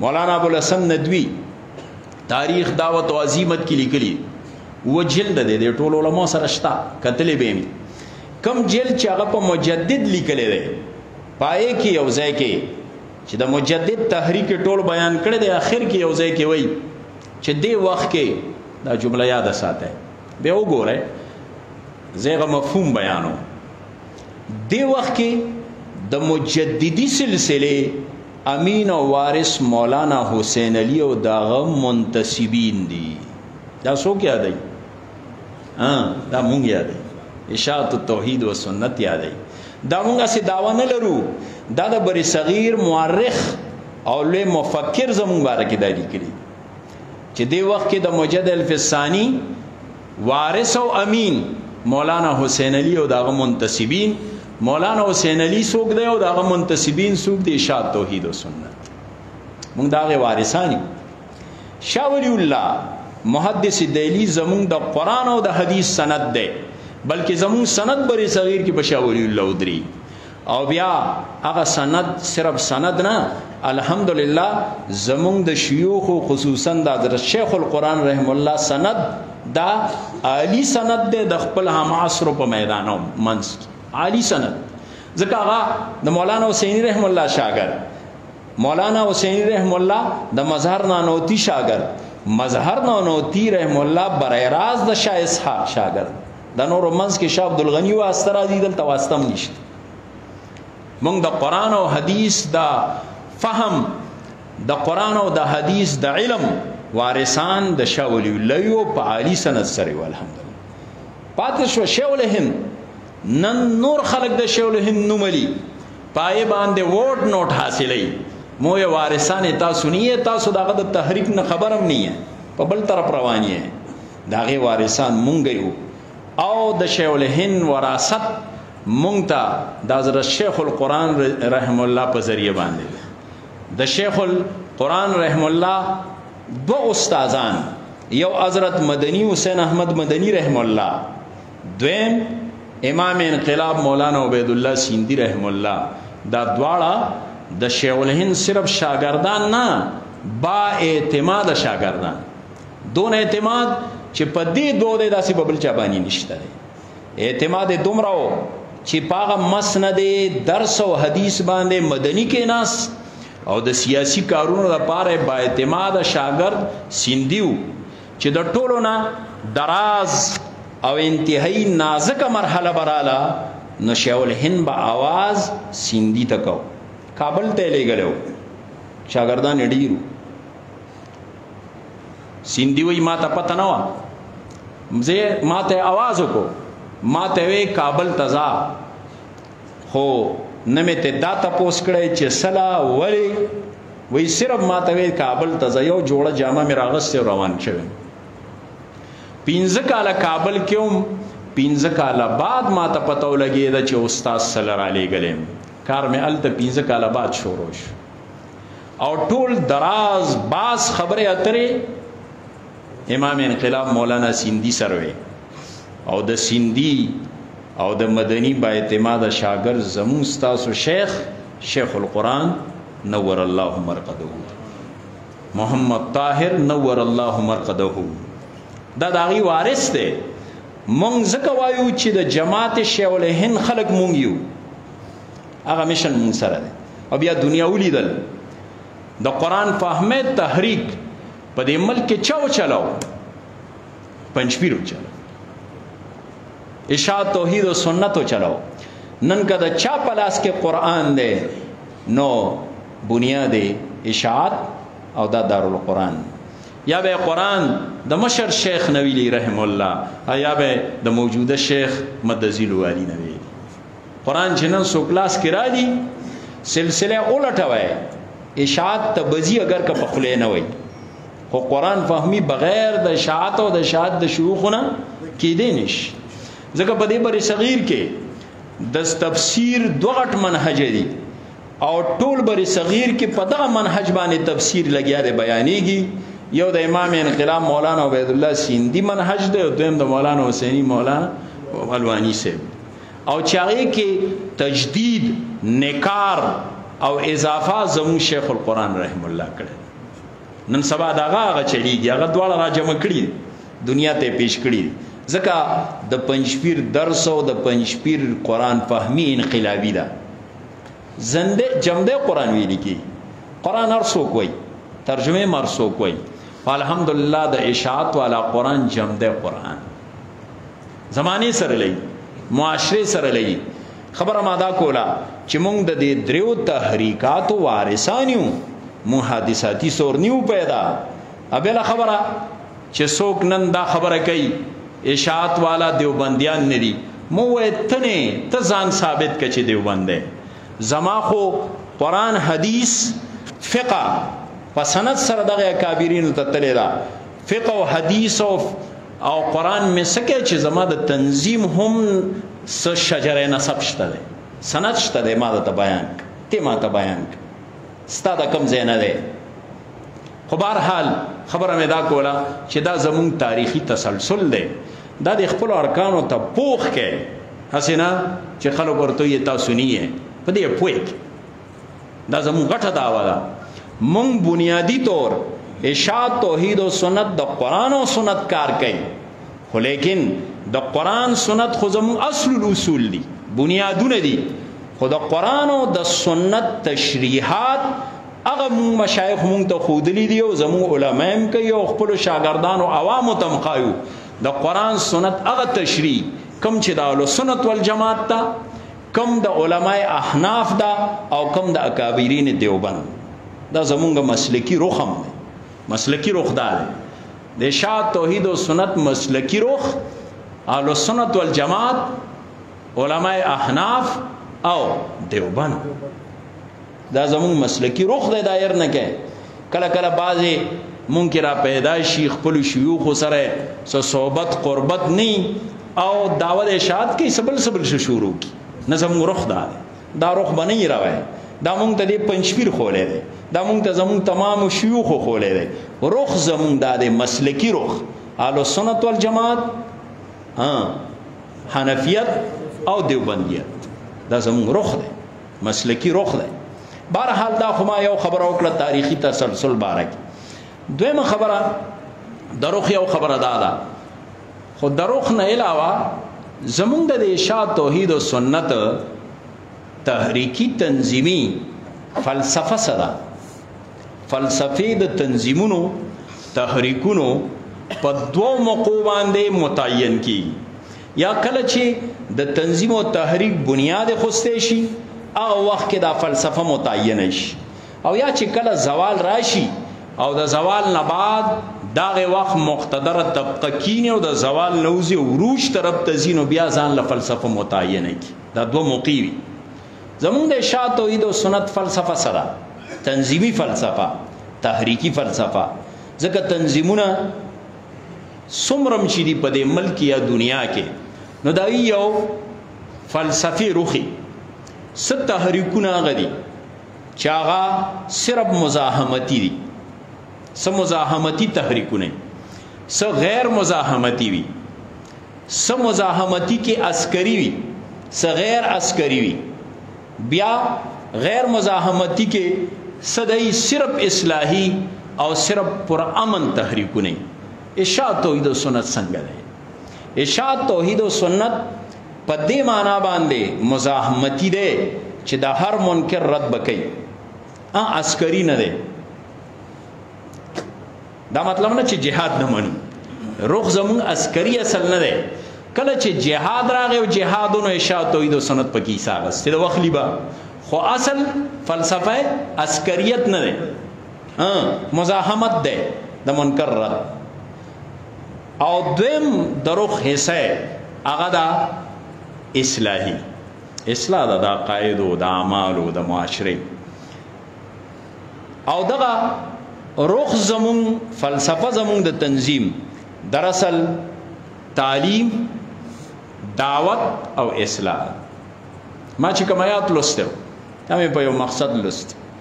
زمو استاد نیلوی صاحب رحم الله انا یو ځل ما تاسو کو ما د تنظیمونو تحریکونو فلسفي روح وی، یعنی مخه ته یو هدفي په کم میدان کې بکار کوي.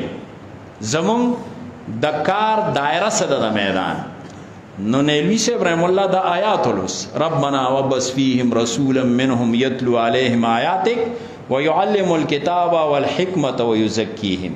او مولانا حسین رحم الله د خپل تحریک بنیاد او زمون دی شیوخ بنیاد په دې آیات خره. زمون میدان دعوت ته، تعلیم دی او اصلاح.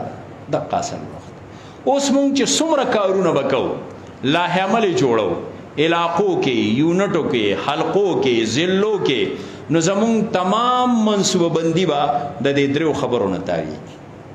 دعوت د پاره، تعلیم د پاره او اصلاح د پاره. نور کارونه با هنگامی طور راځي. او برا قائد محترم دارنګ زمو شيوخ امون ته هغه وخت مطابق بیا وای چې دا کارو کې.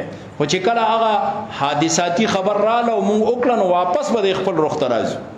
کله کله مونږ بدینه پوي حادثاتی خبر راشي. بعضی ارکان، بعضی مرګري، بعضی نوجوانان، مولیان هغه تکار وای کار ته پاتې شي. دا سلاړ شي نو دا غي شي نه.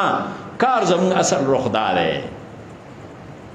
قرآن دی، د قرآن دروس دی، علم دی، مدرسه دا، درس تدریس دی.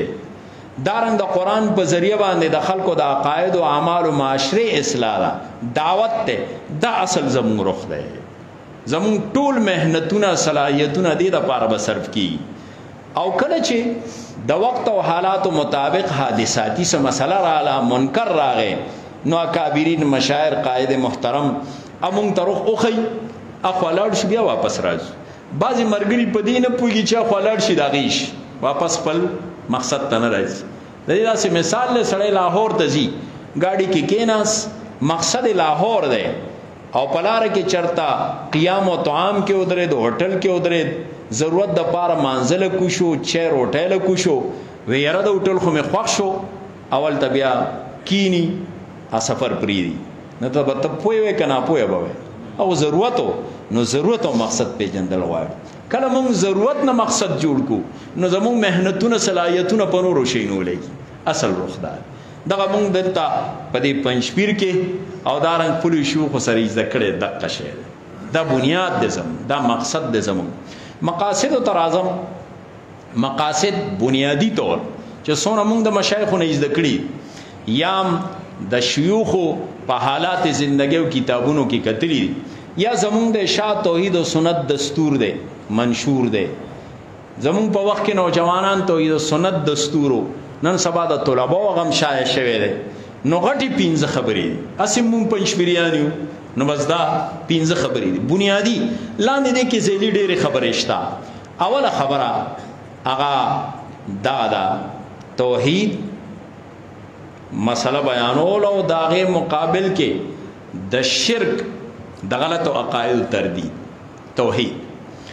دویمه مسله سنت او داغه مقابل کې بدعات، رسومات، خرافات داغه تردید. دو مسلې شو. دریمه مسله هغه دا په دې ملک کې چون کې مو اوسو دا ملک زمون ملک دی، زمون اکابرینو دا حاصل کړی دی. قرباني ورکړي د دې د پاره زمو شيوخ جیلونه تکلیفونه تیر کړي دا د شیخ القرآن رحم الله واقعات دلته زمو شیخ محترم درس کې بیانې چې څونه تکلیف د انګريز وخت کې تیر کړي نو دې د پاره قرباني شوي دي هغه قربانو په نتیجه کې دا پاکستان وجود تر راغلی د پاکستان د تحریک आवाज د حصول आवाज اول د مدرسې نه پورته شوی دی قائد اعظم محمد علی جناح رستو راغلی علامہ اقبال د پاکستان تصور 1933 کې مینار پاکستان کې رستو پیش کړی دی او د مدرسې نه دا आवाज مخکې اوچت شوی مولانا عبدالماجد دریای بادی کتابونه وګوره هغه په دې تفصیل کړی او اول आवाज مدرسې نه پورته شوی پاکستان جوړ کړي علماء دي پاکستان جوړ کړي مدارس والا دي نو چا چې یو کور جوړ کړي یو پټه آباد کړي د چا پلار نکاح آباد کړي نو بیا پای خپکیږي دا ملک زمونږ دی مونږ په خپکیږو د دې ملک حفاظت دفاع به مونږ کو الحمدلله خدا عمل په یو مقصد جوړو چاہیے ته ویل کې لا اله الا الله پاکستان کا مقصد دا زمونږ منشور کی دي پاکستان کې د نفاذ شریعت کوشش دای د پاره جدوجہد الحمدلله په دې تاریخ گواه ده اشاعت کړي څنګه توحید سنت بیان نو دغه رنګ دای د پاره قرباني ورکړ خو لیکن دا چې څنګه زمو قائد محترم مخ کې اجتماع په مقام ویلو بیا زمو ځای کې صوبایي شورا او التم دا خبره شورا کې وضاحت سره وکړه چې اسلام او نفاذ شریعت زمو مقاصدو کې دي خو لیکن په یو طریقه باندې دا نه چې ملک بروانو نه ملک زمو ملک دی دا ملک زمونږ دی دا نور چې بنا سیدا بار نه راغلي دي زمون شیخ شاپور رحم الله به دا زمون نوکران خو ملک زمونږ دی څنګه چې د شاه توحید او سنت سوچ او فکر زما د مشایخ او د کابرین او قائد محترم سوچ فکر دا غي مطابق کله کله مونږ د شریعت خبرو کو خو په بل دروخه شروع کو نه دا زمون د اراز او مقاصدونه ده نو دغه اراز او مقاصد اصول بم په طریقې چې ماته زما شيوخ خو نو دا وای دا درې بنیادی غټ مقاصد دي او دا هغه د پارز یو سو احادیثو سهارا لملن نور علماء ناس اشاره ورته کوم حدیث کی راځي نبی علیہ الصلوۃ والسلام فرمای سار ما خام دا دعا وای رضیت بالله ربا وبالاسلام دینا وبمحمد نبیا رضیت بالله ربا توحید وبمحمد نبیا رسالت وبالاسلام دینا دین قانون دوی شریعت تویل کی دا درې خبره سار ما خام نبی علیہ السلام وای دا ولی وجدادا چې دا د زندګۍ اهم مقاصد دي توحید د سنت ته شریعت ته چې دا تا یادي او الحمدلله د اشاعت توحید سنت مقاصد او دا غرن خبر کې چې تپوس کیږي کوم سوالاتي برزخ کې غم د دقه دریو دا اهم مقصد ده الحمدلله د اشاعت توحید او سنت مقاصد د بنیادی درې مقاصد او سلورم شی ابیا د قرآن درس تدریس او بیان ځکه دا توحید دا سنت دا شریعت د دې ازدکړه بسنګ کی د دې دعوت بسنګ کی دا بخوریږي څنګه د دې مهنت بسنګ کی دا به د الله د دې کتاب قرآن په ذریعہ باندې کی قرآن د دې لپاره بهترینه ذریعہ ده او زه خو د خپل مرګرو ته وایم د شاه توحید او سنت علما ارکان ہوتا یقینا ډیر خوش قسمت یې دا سه خوش قسمت جماعت تنظیم بل دنیا کې نینم چې چا سره د الله کتاب لاس کی شيوخ هم په دغه ژوندۍ او خوړې علما هم ژوندۍ په دې باندې خپل او خوړې طلبه او ارکان هم په دې اخته تاسو بل نشته او مونږ ځکه مونږ دا شاه ولی الله د تحریک رجوع ال القرآن وارثانیو چې عملی طور په دې ملک بری صغیر پاک او هند کې د شاه صاحب هغه تحریک کا عملی چا راغسته دی او چلی نو صرف شاه توحید سنت مو وارثانیو عملی دلیل په سره بداحت ته دا وینو ګورو چې څوک کوي دا مهنت د شاه توحید سنت دغه قرآن زمونږ د دعوت د تربیت د تعلیم ذریعہ ده الحمدلله مونږ سره ده. او 1400 کاله مخکې څنګه چې دا قرآن د یو پایدار انقلاب ضامن کتابو 1400 کاله بعد هم ده او د قیامت سبا پورې نوې څه ذریعہ د ضرورت نشته. داسې بهترینه ذریعہ چې داسې بل دنیا کې نشته چا. الحمدلله دا مونږ سره ده، دا اشاعت توحید او سنت سره ده، دا زمونږ د شيوخ سره ده، زمونږ علما او زمونږ ارکانو سره لاس کې ده. خو ضرورت دا ده چې دې ته غوړې کارو وایو. بعضو ځایونو کې ګرځو را ګرځو وینو ګورو دې شی باندې لږ مهنت کم شوی. درس څه خلک تستړي شوي دي په نور شیونو اخته شو. څه خلک رسمي درس کوي رسمي شان بس صرف لفظی ترجمه کوو 15 منټه کې. د قرآن نه بغیر نه کارکون جوړیږي، نه عقیده جوړیږي، نه تنظیم جوړېدی شي. خدا قرآن زنده قرآن انقلابی قرآن چې زده کړي تنظیمي مې زده کړي او د جماعت د پاره ښه فعال کارکون هم جوړ شي. خدا په دې قرآن کېږي خو چې قرآن هغه زنده قرآن بیان تبی تابعین ائمه مجتهدین اسلاف دین او بیا حق پرست دا د شاه ولی الله مجدد الفسانی دیوبند اکابرین او زمون مشران د دې په ذریعہ نو دغه سند حفاظت د دې دفاع ارسو کامبیو پس आवाज لګی د ناموس رسالت خبر شي، د ختم نبوت خبر شي، د عصمت انبیاء خبر شي، د صحابه کرام شان او دفاعی، د ائمه مجتهدین شان او دفاعی، د حق پرستو دفاعی. دا به اشاعت توحید او سنت پنځم مقصد. دا پنځه خبره غټه غټه دا د خپل کارکونانو ته خودل غواړي، دا پیزو ټول غواړي چې دا جماعت مونږ او پیجنو دې سره کلک شو. او ان شاء الله چې په دې طریقه چې څنګه زمون شيوخ مونږ ته خیدا بیان کو نو یقینا مضبوط کارکونان به جوړي کار وکي. او بیا داغه د پاره ضروری خبره ده یو درې دا خو تاریخی تسلسل او رخو او ور سره مقاصد خو یو موثر ترین تنظیم او جماعت ستویل کی کوم خلکو چې په دې کتابونه لیکلي د دې ماهرین دي د میدان د تحریکات او تنظیمونو دا یو جدا دنیا ده. په ډېر کتابونه عربی کې انګلیش کې اردو کې هغه کتابونو علاوه چې یو تحریک او تنظیم کلام موثر ترین تنظیمی ته په خپل کلی کې کار کوي، په یونټ کې کوي، حلقه کې کوي، ضلع کې کوي، موثر ترین مکله جوړي منظم ترین. او ای درې یا څلور خبرې دي. دا درې څلور خبرې چې په کم تنظیم تحریک کې وي نو دا به یو ناقابل تسخیر قوت جوړي. او کدا پکینی او یا پکې کم او ختم شي نو سو وخت پورې به خود د تمام قوت طاقت با په هوا کې تحلیل شنه نشان به وکړي. بای زینو ته مونږ لاړ شو ګور یره دلته د شیخ القرآن رحم الله شاګردو دانه کار کړو دا اوس پکې چرته پتم نه لګي چې سو پنځپیره شاتیش تک نشته هغه قوت هوا کې تحلیل شوی. ولی کار او مسله خو بیان شو خروستو دقه خبرو باندې رستو خلکو توجه نکړه. هغه درې یا څلور خبره بهترین نظم سمول غواړي، نظم بهترین کول غواړي. څنګه بهتر کیږي یو د موضوع ده صرف اشاره کو.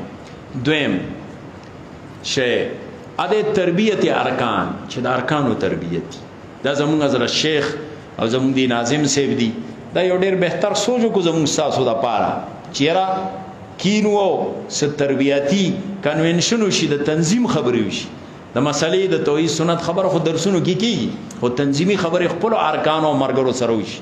نو دا یوازې صبح کې نه دا په کار د چې زلو کې دا سکیږي وقتن په وقتن یونټو کې کیږي حلقو کې کیږي چې مو خپل کار قرآن په دې تاریخ په دې رخ په دې مقاصد او په دې کار پوي کو. ځکه ټول مردا مشران ني مشران لاړ شي کشران چې راشي بیا په کار نه پويږي نو شی تحلیل شي ختم شي. نو یو بهترین نظم. دویم اغا تربیت ارکان. دریم شی ټوس منصوبه بندی بهتره پکار ورکوټه نه ورکوټه غټ نه غټ کار ته په کلی کې په مدرسه کې په یونټ حلقه کې ناغه لخ منصوبه بندي وک پلانینګ ولا وک منصوبه بندي نه نو بس هر شی به روان. یا یو مثال لته وایم، مثلا مونږ یو جلسه کوو، مدرسې کوو، د تنظیم کوو، ای لپاره مخکې نه منصوبه بندي ونه شوه، پای کې نه ناستو، ترتیب هم جوړ نه کړو چې دا جلسه به د کم ځای نه کم وخته پوري، کم تقریر به د چای بیا ورپسې د چا بیا بسي، انتظاماتو دپاره څوک مقرر دي، د خوراک طعام دپاره کم کسان دي، په څوکۍ به څوک ولاړي، لوډ سپیکر به د چا ذمهداري، د میلمه وصولول استقبال به د چا ذمهداري، دا ټول شی نه منصوبه بندي شو، افراد مقرر شو، بس کار به بیا روان.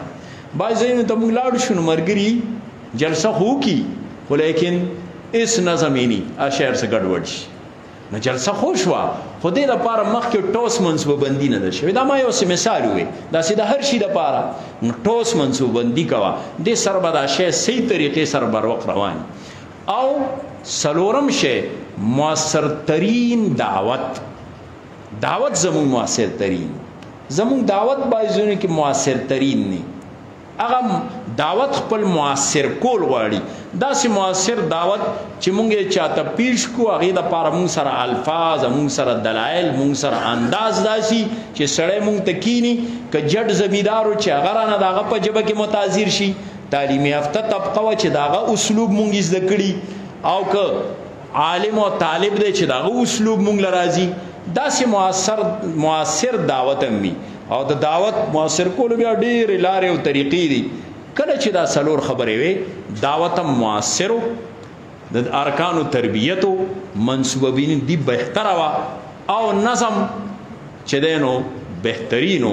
نو دا تنظیم د یونټ دی، د حلقې دی، د ضلع دی، دا به ناقابل تسخیر قوتي، بیا د دې مقابله څوک نشي کولی. او که دی کې کمی لاندې باندې نو بیا به راته مسلې جوړېږي. دا یو څو خبرې بعضې ځایونو کې داسي چې ملګري خو درس کوي، توحید سنت بیان کی، خو لیکن دا د ما جماعت ورته ونه ښیي، خپل مراکز ورته ونه ښیي، مرکز سره ونه لیږي شاګرد. ما خپله دا طریقه ده، د شمس الهادي صاحب، د مفتی اکمل صاحب، ټوله ته پته ده. مونږ چې درس نظامي ختم شي نو چې څونه طلبه یا مو راغونډ کو، ای ته وایو اول د ټولو نه اول به پنجپیر ته درس لځای. زه هغه طالب درس کې نه پرېږدم چې پنجپیر کې درس نه کوي. ولې پنجپیر کې چې څنګه قرآن او توحید سنت بیانېږي، دا والله بالله که بل ځای کې بیان شي. دلته بنیاد جوړي، یا د نه بعد بیا نورو درسونو شیوخ هم تله پکاري، خو لیکن دا ده چې مرکز. اوس چې مرکز ته راغی، دی به په عقیده کې مضبوطي، دی به په مسله کې مضبوطي، دی به په جماعت کې مضبوطي. نو یقینا چې مونږ بیا هلته یو خپلو ځایونو کې چې دلته نه راشي نو هغه مضبوطي، هغه باندې لږ باسي محنت سړی وکړي، بیا کار کوي لګي. نو دا یو ضروري خبره ده چې مونږ په درس کې درس سره سره کله کله عمومي درس کې، عمومي درس کې نه کېږي، نو دا ارکانو دپاره خپل خصوصي درس یا ځان له مجالس چې هغې کې ورته جماعت وښودی شي، پای کې ورته تنظیم وښودی شي، هغې کې ورته د تنظیم چلولو طریقې کار وښودی شي، نو دغه کارکونو بیا زمونږ د مونږ نه بیا نشي اخیستی. بعض ځایونو کې مونږ داسې وکړو چې مسله خو ورته وښایو، تنظیم ونه ښایو، نو سبا له جاړو یاره خو پلان کو قبضه کو، پلان کو قذف، محنت تاو کو، ثمرات یې اوس بل څوک اخلي. نو دا یو نقصان ده خبره ده. دیو جنا یو مثال اخیری ویم، د منظم تنظیم د پاره او د منظم دعوت د پاره دغه علماء لیکلي دا کم چې په تحریکونو تنظیمونو پویږي او کتابونه پی لیکلي. ای وای دا دعوت دو قسمه، یو هغه دعوتی چې غیر منظمی، دویم منظم دعوت. د دې یو مثال دی، دا فصلونه چې زرغونیږي، بوټي پیدا کیږي، دا دو قسمه طریقو سره، یو تخم ریزی کیږي هغه منظمه طریقې سره، دا زمیدار زمکه واړی پولی جوړی کی، بیا تخم وکړي، د خصمانو کی، اینه بعد چې کم فصل را زرغون شي نو دا غینه غلو میوه اخلي، څومره غلالي پټنونو منونو بوجه بوجه ډکیږي، گاډي ډکیږي، یو مل بل ملتزي. ولی دغه تخم ریزی منظم طریقې سره شي. دیم فطری قدرتی تخم ریزی را په دې غرونو چې سړی دی بهار او د دې سپرلی نه مخکې د خزان په موقم زیستا او د کوم د غرونو خلک دی دا سپیره د غرونو پراتی او چې کله سپرلی راشي چې بیا به سړی تیریږي ټول تک شنی دا چا کړلی دا غیر منظم تخم ریزی شوی دا تخم خزان کې اورچی وګرځيږي هواګانې یو ځای بل ځای ته ولي یو خوا بل بیا چې بهار کې چرته بدونه ویخ کې چرته تیغ روتی چرته د غټ ویخ کې روتی چرته د غټ د سر د پاسا ملخ پښین شي خو لیکن چرته بچانی کتلې چې دا غینه غلو میما حاصله کړي پټکونو ټکونو ټرکونو بس صرف سبزه پیدا شي خو هغه ثمرات او فروټ نه ملاويږي دغه څه کوم د نظم او د جماعت او منظم طریقې سره دعوت نکو نو ثواب خو به ملو شي ثواب نه انکار نکو خو لیکن کدی وای چې دا غي ثمرات و عالم نو ثمرات د پاره به دعوت او تعلیم دا بسې منظم دي الله به دا غي فروټ او دا غي ثمرات مونږ ته ملو شي الله رب العزت ته عمل کولو توفیق راکړي سمات ګوډه خبره د دې لوی لوی مشایخ او علماء مخه تماو کړي څه غلطي کړي شوی یغي معافي غواړم اقول قولي هذا استغفر الله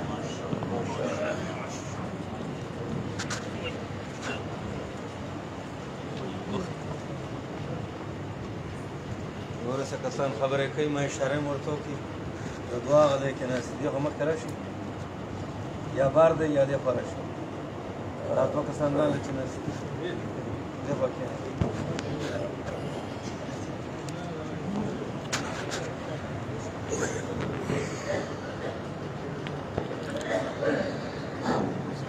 محترمو تاسو زمونږ دا محترم ملما محترم مولانا مفتی محمد عیاض صاحب بیان ورته تاسو چرته راړې کینه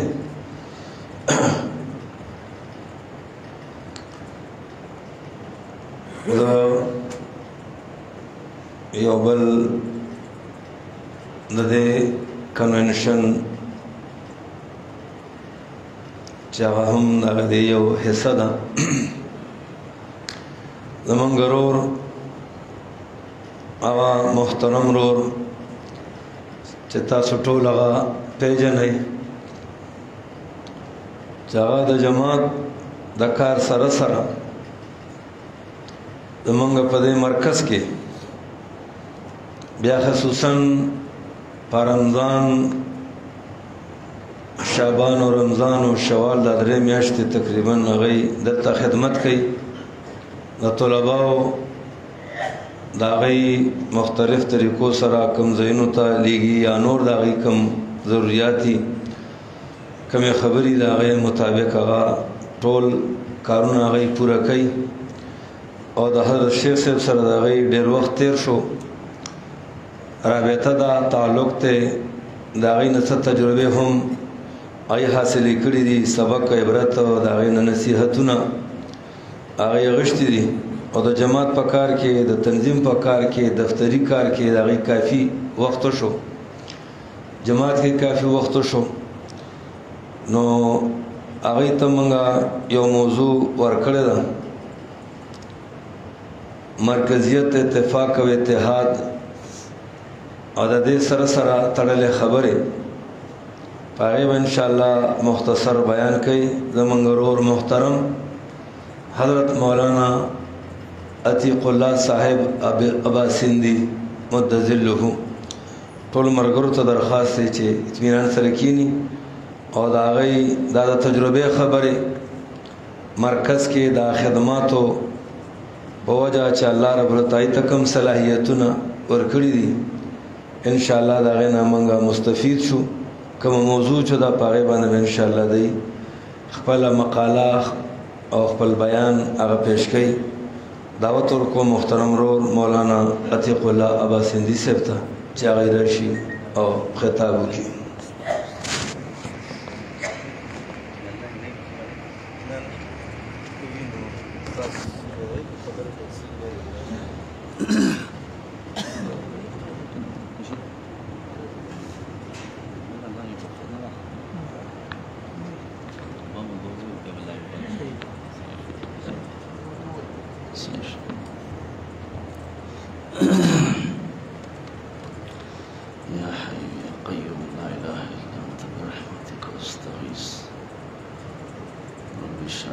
صدري ويسر لي أمري واحلل عقدة من لساني يفقهوا قولي.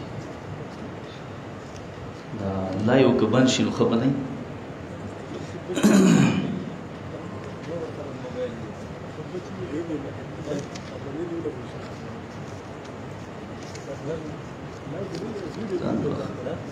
ځان به خبرې ښایي چې په خپل منځ کې وکړو، یم ځان ته به خبرې ښایي چې خپل منځ کې وکړو.